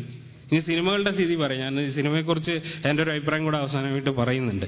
ഇതാണ് മൊത്തത്തിൽ ഈ ഒരു അവസ്ഥയുള്ളത്. ഈ ഒരു അവസ്ഥയിൽ വെച്ചിട്ട് നമ്മൾക്ക് ഇനി അടുത്ത പ്രതിവിധി, എൻ്റെ ഒരു സുഹൃത്ത് സൂചിപ്പിച്ച വേറൊരു പ്രതിവിധി എന്താണെന്ന് വെച്ചാൽ, എനിക്കത് വളരെ രസകരമല്ല, വളരെ ശരിയായിട്ട് തോന്നി. നമ്മൾ വ്യക്തിപരമായിട്ട് ഒരൊറ്റ തീരുമാനം എടുക്കുക. നാളെ മുതൽ പച്ചക്കറിയും കോഴിയും കഴിക്കുന്നില്ല എന്ന്. ഒരു 10-15 ദിവസത്തിൻ്റെ ഉള്ളിൽ മിക്കവാറും പ്രശ്നം തീരും. തമിഴ്നാടിന്റെ 5 ജില്ലകളിലെ ആഫീസ് പൂട്ടും. അതാ വളരെ കേരളത്തിൽ ഇന്ന് നടക്കുന്ന കാര്യമാണ് അത്. അതുകൊണ്ട് തന്നെ കേരളം എങ്ങനെ ഇനി ജീവിക്കണമെന്ന് വീണ്ടും തിരിച്ചറിയുകയും ചെയ്യും. അപ്പൊ ഇത്തരത്തിലുള്ള പ്രതിവിധികളെ കുറിച്ചാണ് നമ്മൾ ഇനി ചർച്ച ചെയ്യേണ്ടതെന്നാണ് എനിക്ക് തോന്നുന്നത്. മറ്റൊരു കാര്യം, പരിഷത്തിനെ കുറിച്ചൊരു അഭിപ്രായം പറഞ്ഞിരുന്നു. അതും എവിടെയും ചെവിയിൽ കേട്ടിട്ടില്ല. പരിഷത്ത് പറഞ്ഞിട്ടുള്ള എന്താണെന്ന് വെച്ച് കഴിഞ്ഞിട്ടാണെങ്കിൽ, ഭൗമ ഉച്ചകോടിയിൽ ഇത്തരം കാര്യങ്ങളെക്കുറിച്ച് ചർച്ച ചെയ്യുകയും ഒരു തീരുമാനം എടുക്കുകയും ആ തീരുമാനത്തിൽ ഇന്ത്യ ഒപ്പിടുകയും ചെയ്തെന്നുള്ളതാണ്. അത് എന്താന്ന് വെച്ചാൽ, കോടതികൾക്ക് അപ്പുറത്ത് സുരക്ഷാ ഭീഷണി ഉണ്ടെങ്കിൽ ഇത്തരം കാര്യങ്ങളിൽ സെൻട്രൽ ഗവൺമെന്റിന് തീരുമാനമെടുക്കാം, ആ തീരുമാനം നടപ്പിലാക്കുകയും ചെയ്യുക എന്നുള്ളതാണ്. അപ്പൊ അത്തരത്തിൽ ഇപ്പൊ ഇതിൽ ഏറ്റവും രസകരമായിട്ടുള്ള ഈ ഗവൺമെന്റുകളുടെ സാധനം നോക്കിക്കഴിഞ്ഞാൽ മതി, എത്ര ബുദ്ധിപരമായിട്ടാണ് തമിഴ്നാട് കാര്യങ്ങളെ സമീപിക്കുന്നത്. ഏറ്റവും അവസാനം വന്നിട്ടുള്ള പ്രശ്നം, യൂത്ത് കോൺഗ്രസിന്റെ, ഞാൻ കോൺഗ്രസിനെ പറയുന്നില്ല, ആരും ചെയ്തു പോകുന്ന കാര്യമാണ്. അവർ ചെറിയൊരു പ്രതിഷേധം എന്നുള്ള നിലക്ക് ഒരു ഷട്ടറിന്റെ മേലെ കയറി ഇവര് BJP പോയിട്ട് 2 ചാല് കയറാനുള്ളൊരു ശ്രമവും നടത്തി. തമിഴ്നാടിന്റെ ഇമ്മീഡിയറ്റ് റെസ്പോൺസ്, അതും ജയലളിതയുടെ റെസ്പോൺസ് വന്നത് എന്താ വന്നിട്ടുള്ളത്? അവർ പറഞ്ഞു സെൻട്രൽ വ്യവസായ സേന ഇറങ്ങിയിട്ട് ഇതിന്റെ ഏറ്റെടുക്കണമെന്ന്. ഇത്രയും വലിയ പ്രശ്നം ഉണ്ടായിട്ട് കേരളത്തിലെ ഏതെങ്കിലും ഒരു രാഷ്ട്രീയ നേതാവ് ഇതിൽ ഇന്ന രൂപത്തിൽ ഇടപെടണം സുപ്രീം കോടതിയോടോ അല്ലെങ്കിൽ സെൻട്രൽ ഗവൺമെന്റിനോടോ പറഞ്ഞോ? എന്തുകൊണ്ടാണ് ഞാൻ നേരത്തെ പറഞ്ഞ പോലെ പട്ടാളം ഏറ്റെടുക്കണം എന്തുകൊണ്ടാണ് പറയാതിരിക്കുന്നത്? എവിടെ ആരെയാണ് ഇവർ പറ്റിച്ചുകൊണ്ടിരിക്കുന്നതെന്ന് നമ്മുടെ ഓരോ കേരളീയനും ചോദിക്കേണ്ട കാലം അതിക്രമിച്ചു കഴിഞ്ഞിട്ടുണ്ട്. അപ്പൊ അവിടെയാണ് ഇതിന്റെ ഒരു പ്രധാനപ്പെട്ട പ്രശ്നം കിടക്കുന്നതെന്നാണ് എനിക്ക് തോന്നുന്നത്. ഇനി ഈ സിനിമയെക്കുറിച്ച് കൂടി ഒരു 2 വാക്ക് ഞാൻ പറയണം. ഒന്ന്, ഇതുമായി ബന്ധപ്പെട്ടൊരു പ്രശ്നം തന്നെയാണ്. കാരണം നമ്മുടെ മഹാനായിട്ടുള്ള ഒരു നടന് ഓസ്കാറിന്റെ ഒരു സാധനം നഷ്ടപ്പെടുത്തിയിട്ടുള്ള ഒരു സിനിമയാണിത്. അതിന് ശ്രീ സോഹൻ റോയ് അല്ല കാരണക്കാരൻ. അതിന്റെ കാരണക്കാരൻ കേരളത്തിലെ സിനിമക്കാർ തന്നെയാണ്. അമ്മ എന്ന് പറയുന്ന സംഘടനയാണെന്നാണ് എൻ്റെ അറിവിൽപ്പെട്ടിടത്തോളം ആ സിനിമയിലുള്ള ഗുരുവിന്റെ റോള് തിലകനായിരുന്നു അഭിനയിച്ചിരുന്നു. തിലകൻ 7 ലക്ഷം രൂപ നഷ്ടപരിഹാരം ഇതിനായിട്ട് ഇദ്ദേഹം കൊടുക്കേണ്ടി വന്നിട്ടുണ്ട്. തിലകനായിരുന്നു അത് അഭിനയിച്ചിരുന്നെങ്കിൽ ഏതാണ് ആ സിനിമ എന്ന് ഞാൻ ഓർക്കുന്നില്ല. മോഹൻലാൽ ഡബിൾ റോൾ വന്നിട്ടുള്ളൊരു സിനിമ ഉണ്ടായിരുന്നു, ഒരു സിവിൽ എഞ്ചിനീയറായിട്ട് അഭിനയിച്ചില്ല, ബാംഗ്ലൂർ. കബി കബി എന്നുള്ള പാട്ടാണ് അതിൽ തുടങ്ങുന്നത്. ആ സിനിമയിൽ വൈദ്യനായിട്ടുള്ള തിലകന്റെ റോളുണ്ട്. അതുമായി സാമ്യമുള്ള ഒരു റോളാണത്. അത് തിലകൻ എത്ര ഭംഗിയാക്കിയിട്ടുണ്ട് എന്നുള്ളത് നമുക്കറിയാം.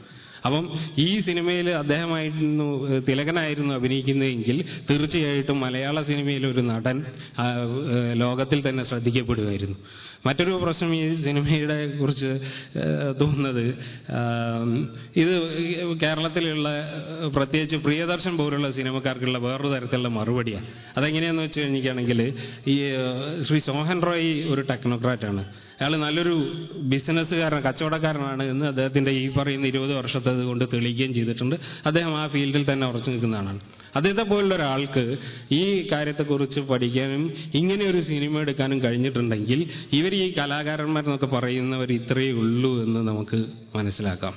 അത് പിന്നെ അവർക്കുള്ള കൃത്യമായിട്ടുള്ള മടിവേട് തന്നെയാണ്. അതുകൊണ്ട് തന്നെയാണ് സന്തോഷ് പണ്ഡിറ്റുമാർ കേരളത്തിൽ ഇന്ന് ഈ രൂപത്തിൽ വരച്ചുന്നത്. അതുകൊണ്ട് സന്തോഷ് പണ്ഡിറ്റിനെയും നമ്മൾ അത്തരത്തിലുള്ളൊരു കാര്യത്തിൽ അംഗീകരിക്കേണ്ടതുണ്ട്. അയാളെ ഞാനൊരു മാനസിക രോഗിയായിട്ട്, എനിക്ക് പറയാനുള്ള വിഷമമില്ല, ഒരു മാനസിക രോഗിയായിട്ട് തന്നെയാണ് ഞാൻ അയാളെ കരുതുന്നത്. അയാൾ എൻ്റെ നാട്ടുകാരനാണെങ്കിൽ പോലും.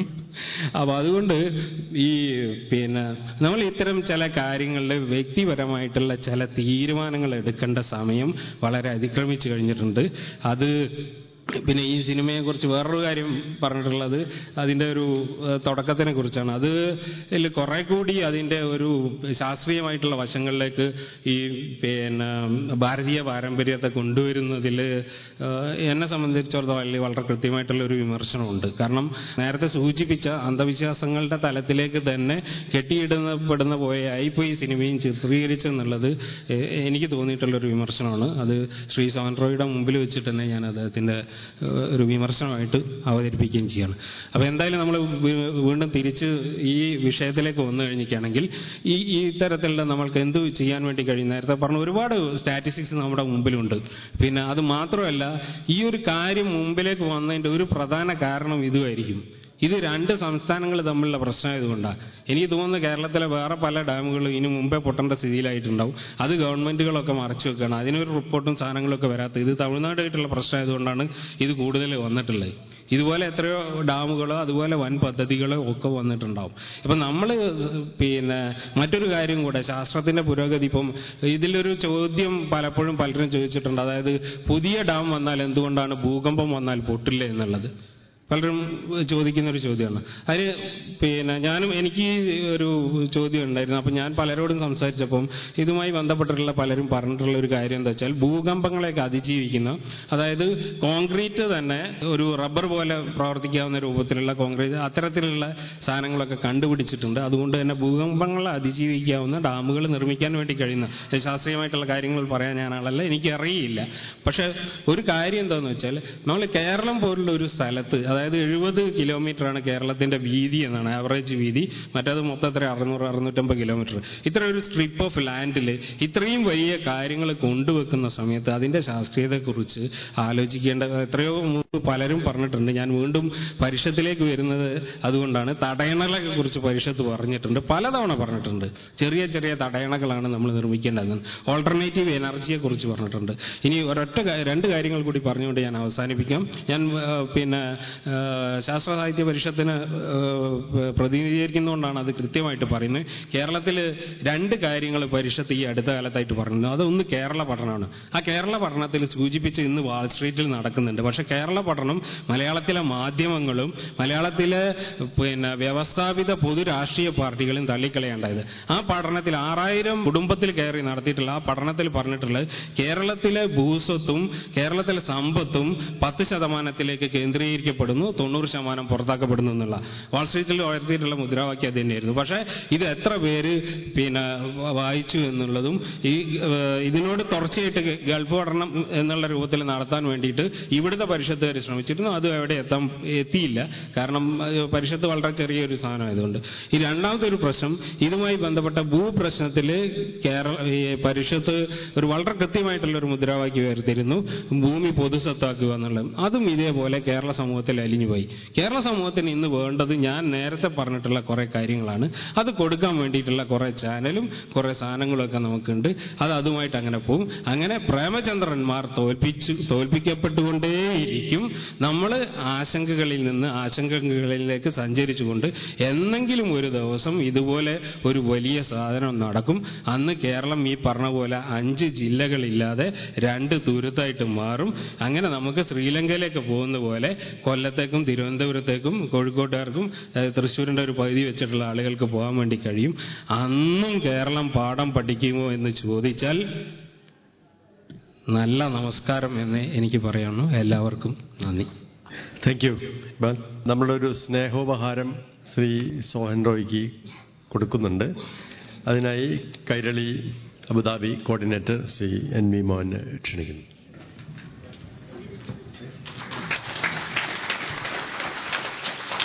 ഈ സെഷൻ കൺക്ലൂഡ് ചെയ്യാനായിട്ട് ശക്തിയുടെ പ്രതിനിധിയായിട്ട് സലിം ചോളമുഖത്തിന് ക്ഷണിക്കുന്നു.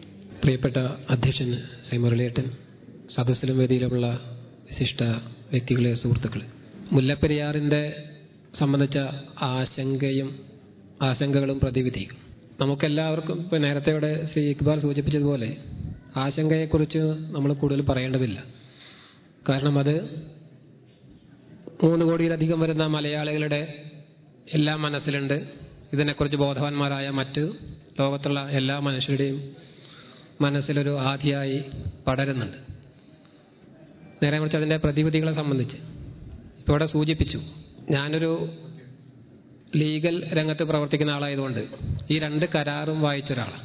ഇപ്പോൾ ഈയിടെയാണ് ഈ ഒരു വിവാദങ്ങൾ ഉണ്ടായതിനു ശേഷമാണ് ഈ കരാർ വായിക്കുന്നത്.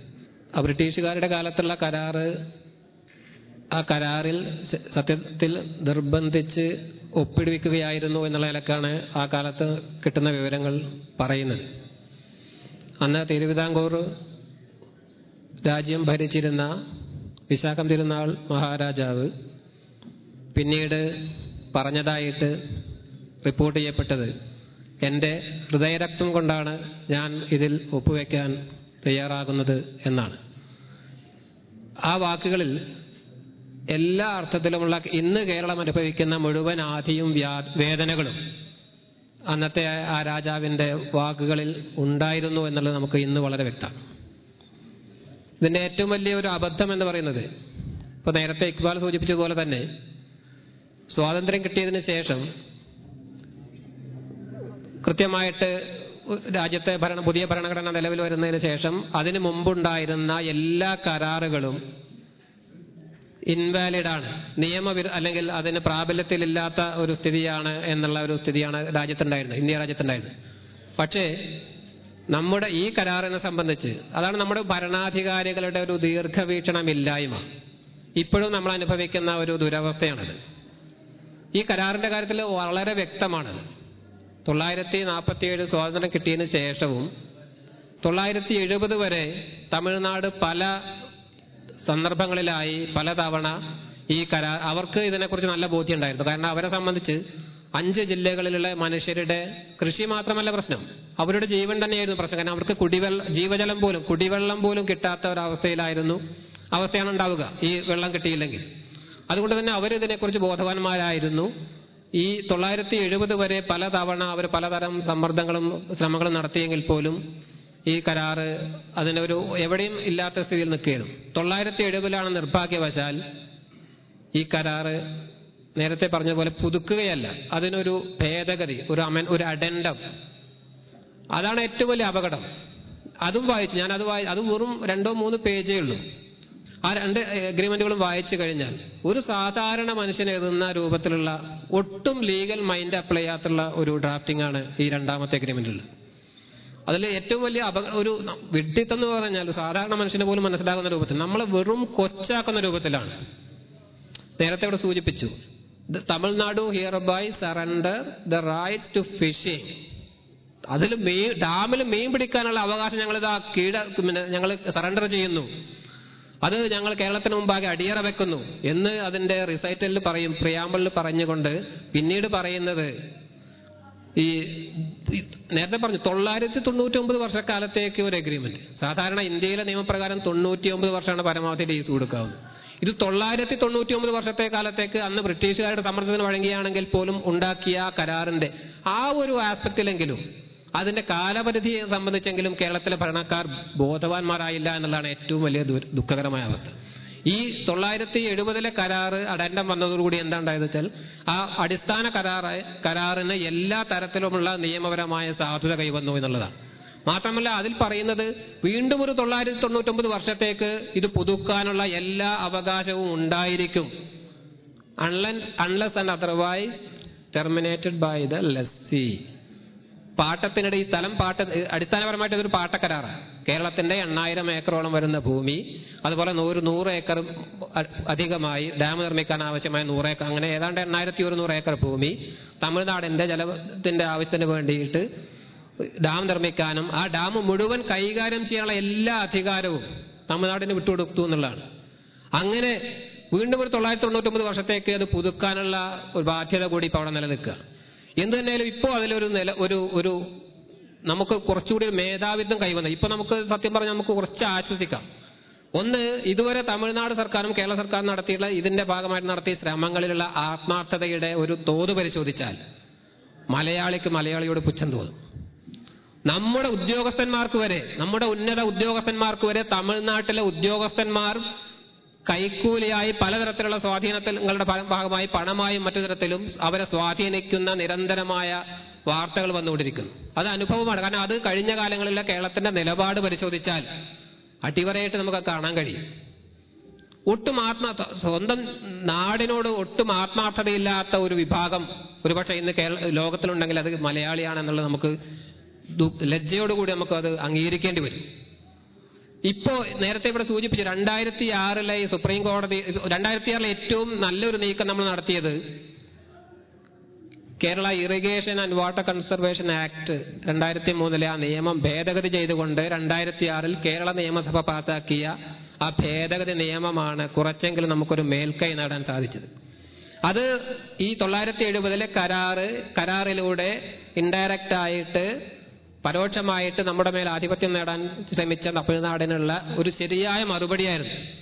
വളരെ ഇൻഡയറക്റ്റ് ആയിട്ട് ഈ മുല്ലപ്പെരിയാർ ഉൾപ്പെടെയുള്ള ചില ഡാമുകളെ അതിന്റെ സെക്കൻഡ് ഷെഡ്യൂളിൽ ഉൾപ്പെടുത്തിക്കൊണ്ട്, ഈ അമെൻമെന്റ് ആക്ടിന്റെ സെക്കൻഡ് ഷെഡ്യൂളിൽ പെടുത്തിക്കൊണ്ട് സുരക്ഷാ ഭീഷണി, ജനങ്ങളുടെ സുരക്ഷയും ജീവന സുരക്ഷാ ഭീഷണി പ്രശ്നമാണെങ്കിൽ അതിൽ ഇടപെടാൻ കേരളത്തിന് അധികാരം കിട്ടുന്ന ഒരു ഭേദഗതി നിയമമാണ്.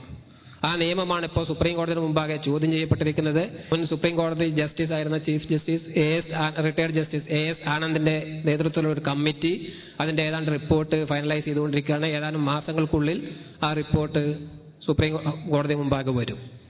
അതാണ് നേരെ മറിച്ച് തമിഴ്നാട് പറയുന്നത്. നേരത്തെ നമുക്കറിയാം സുപ്രീം കോടതിയുടെ ഒരു വിധിയുണ്ട് ഇതിന്റെ ജലനിരപ്പ് 142 വരെ ആക്കാമെന്നുള്ളത്.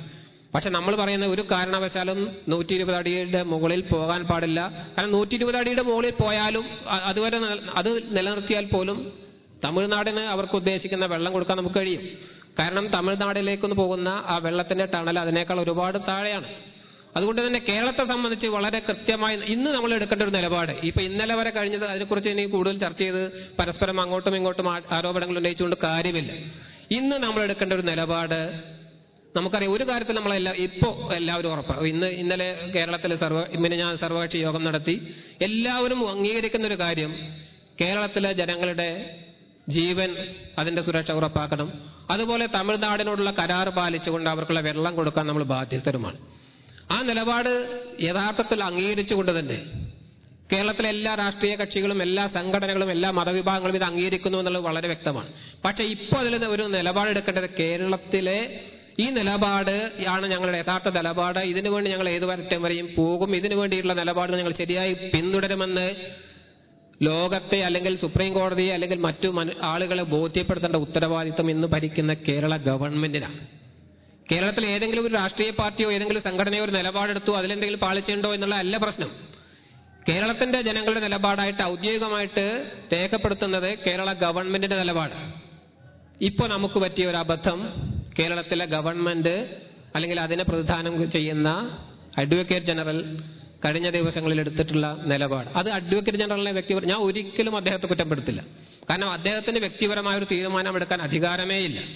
അങ്ങനെ എടുക്കുമെന്ന് ഞാൻ വിശ്വസിക്കുന്നുമില്ല.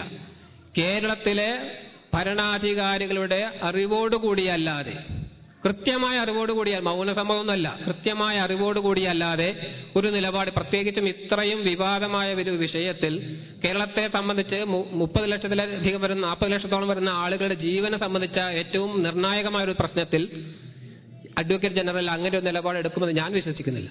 അതുകൊണ്ട് തന്നെ ഇന്ന് നമ്മൾ ആവശ്യപ്പെടുന്ന തിരുത്ത് കേരള ഗവൺമെന്റ് ഭാഗത്തു നിന്നാണ് അടിയന്തരമായിട്ട് വരേണ്ടത്. അതിനുവേണ്ടിയുള്ള ശ്രമങ്ങൾ ഇപ്പൊ ഇന്നലെ മുഖ്യമന്ത്രി പ്രഖ്യാപിച്ചു കഴിഞ്ഞു. കഴിഞ്ഞ നേരത്തെ എടുത്ത AGയുടെ നിലപാട്, അല്ലെങ്കിൽ AG കോടതിയിൽ പ്രഖ്യാപിച്ച നിലപാട് തിരുത്തി പുതിയ സത്യവാങ്മൂലം സമർപ്പിക്കും. അങ്ങനെ സമർപ്പിച്ചുകൊണ്ട് ഒരു ഭാഗത്ത് നടത്തുമ്പോൾ തന്നെ മറ്റൊന്ന് പറയാനുള്ളത്, ഈ നമുക്കറിയാം ഇന്ത്യ എന്ന് പറയുന്ന രാജ്യം ഇതൊരു ഫെഡറൽ സിസ്റ്റമാണല്ലോ. ഈ രണ്ട് സംസ്ഥാനങ്ങളിലെ ജനങ്ങൾ തമ്മിൽ ഇങ്ങനെ വാളെടുത്ത് നിൽക്കുന്ന ഒരു സമയത്ത് അതിലൊരു അനങ്ങാപ്പാറ നയം സ്വീകരിക്കുന്ന ഒരു കേന്ദ്ര ഗവൺമെന്റ് എന്താണ് അവിടെ അവരുടെ ഡ്യൂട്ടി ചെയ്യുന്നത്? ഞാൻ വിളിച്ചാൽ അവർ വരുമോ എന്നുള്ള നിലയ്ക്ക് പ്രധാനമന്ത്രി മറ്റൊരു മന്ത്രിയോട് തമിഴ്നാട് മുഖ്യമന്ത്രിയെ വിളിക്കാൻ ആവശ്യപ്പെടുന്നു. എത്ര ലജ്ജാകരമായ അവസ്ഥയാണുള്ളത്. അങ്ങനെ ഈ കേന്ദ്ര ഗവൺമെന്റിന്റെ നിഷ്ക്രിയമായ നിലപാടും അതുപോലെ ചോദ്യം ചെയ്യപ്പെടേണ്ടതാണ് എന്നാണ് എന്റെ കൃത്യമായ അഭിപ്രായം. എന്തു തന്നെയായാലും നമുക്കറിയാം, ഇനിയിപ്പോ നമ്മൾ കേരളത്തെ സംബന്ധിച്ച് ഏറ്റവും വളരെ വലിയൊരു പ്രശ്നം തന്നെയാണ്. അപ്പൊ അതിൽ നമ്മൾ എല്ലാവരും ഒറ്റക്കെട്ടാണ് എന്നുള്ള ഒരു കൃത്യമായ സന്ദേശം ഇതുവരെ നൽകി കഴിഞ്ഞു. ഇന്ന് വരെയുള്ള കേരളത്തിലെ ഇപ്പൊ ഈ പ്രശ്നവുമായിട്ട് ബന്ധപ്പെട്ട് വന്ന എല്ലാ പ്രശ്നങ്ങളിലും സജീവമായിട്ട് ഏതാണ്ട് ഒറ്റ മനസ്സോടുകൂടി തന്നെ കേരളം ഒറ്റക്കെട്ടായി നിൽക്കുന്ന കാഴ്ചയാണുള്ളത്.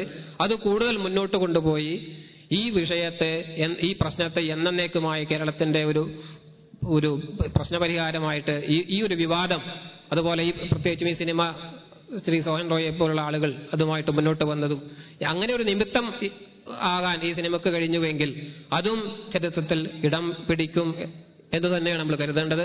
തീർച്ചയായിട്ടും നമ്മൾക്ക് ഏറെ അകലെ നിന്ന് നമ്മളിത് കാണുമ്പോൾ നമുക്ക് തീർച്ചയായിട്ടും ഇതിനോട് മനസ്സുകൊണ്ട് ഐക്യദാർഢ്യം പ്രഖ്യാപിക്കാനും മറ്റു തരത്തിൽ നമുക്കറിയാം പല ആളുകളും ഇന്റർനെറ്റിലും സോഷ്യൽ നെറ്റ്വർക്കിലും ഇടപെടുന്ന ആളുകൾ ഇവിടെ ഉണ്ട്. അവർക്ക് എല്ലാവർക്കും അവനവന് കഴിയുന്ന അണ്ണാറക്കണ്ണനും തന്നാലായത് എന്നതുപോലെ ഇതിന്റെ പിന്നിൽ വളരെ ശക്തമായി, സജീവമായി, സക്രിയമായി ഇടപെട്ടുകൊണ്ട് ഇതിന്റെ ശാശ്വതമായൊരു പരിഹാരമുണ്ടാകട്ടെ എന്ന് നമുക്ക് ആശിക്കാം. അതിനുവേണ്ടി നമുക്ക് എല്ലാവർക്കും ഒന്നിച്ചു നിൽക്കാം എന്ന് മാത്രം പറഞ്ഞുകൊണ്ട് ഞാൻ അവസാനിപ്പിക്കുന്നു. അഭിവാദ്യങ്ങൾ. നന്ദി പറയുന്നതിന് ജോയിന്റ് സെക്രട്ടറി ക്ഷണിക്കുന്നു. കേരള സോഷ്യൽ സെന്റർ, അബുദാബി ശക്തി തിയേറ്റേഴ്സും യുവകലാ സാഹിതിയും കൂടി സംഘടിപ്പിച്ച ഇന്നത്തെ പരിപാടി ഇന്ന് നമ്മുടെ വിശിഷ്ട അതിഥിയായി എത്തിയ ഡയറക്ടർ സോഹൻ റോയ് സർ, ശാസ്ത്ര സാഹിത്യ പരിഷത്തിന്റെ കൺവീനർ ശ്രീ ഇക്ബാൽ, ഈ ഒരു പരിപാടിക്ക് വേണ്ടി ഞങ്ങളായിട്ട് സഹകരിച്ച ശ്രീ വേണു എന്നിവർക്ക് കേരള സോഷ്യൽ സെന്ററിന്റെ പേരിൽ നന്ദി അറിയിക്കുന്നു. ഇന്ത്യൻ സോഷ്യൽ സെന്റർ ആശംസ നൽകിയ Indian social centre president Shri Ramesh Panicker, ഇന്നിവിടെ എത്തിച്ചേർന്ന മലയാളി സമാജം ജനറൽ സെക്രട്ടറി ശ്രീ താഹിർ, ആശംസ നൽകിയ Abu Dhabi Shakthi theatres general secretary Krishnakumar, Shri Yuvakala സാഹിതിയുടെ പ്രതിനിധി Shri Joshi, friends of ADMS പ്രതിനിധി നാസർ, കലാ അബുദാബി പ്രതിനിധി ശ്രീ TP ഗംഗാധരനും സെന്ററിന്റെ പേരിൽ നന്ദി അറിയിക്കുന്നു. കൈരളി അബുദാബി കോർഡിനേറ്റർ ശ്രീ NV മോഹനൻ, ബിസ് TVയുടെ ശ്രീജിത്ത് എന്നിവർക്കും കേരള സോഷ്യൽ സെന്ററിന്റെ പേരിൽ നന്ദി അറിയിക്കുന്നു. ഇന്നിവിടെ പങ്കെടുത്ത എല്ലാവർക്കും, ഈ പരിപാടി വിജയിപ്പിക്കാൻ വേണ്ടി ശ്രമിച്ച അബുദാബി ശക്തി തിയേറ്റേഴ്സിന്റെയും യുവകലാ സാഹിതി പ്രവർത്തകർക്കും കേരള സോഷ്യൽ സെന്റർ മാനേജിംഗ് കമ്മിറ്റിയുടെ പേരിൽ നന്ദി അറിയിക്കുന്നു. നന്ദി, നമസ്കാരം.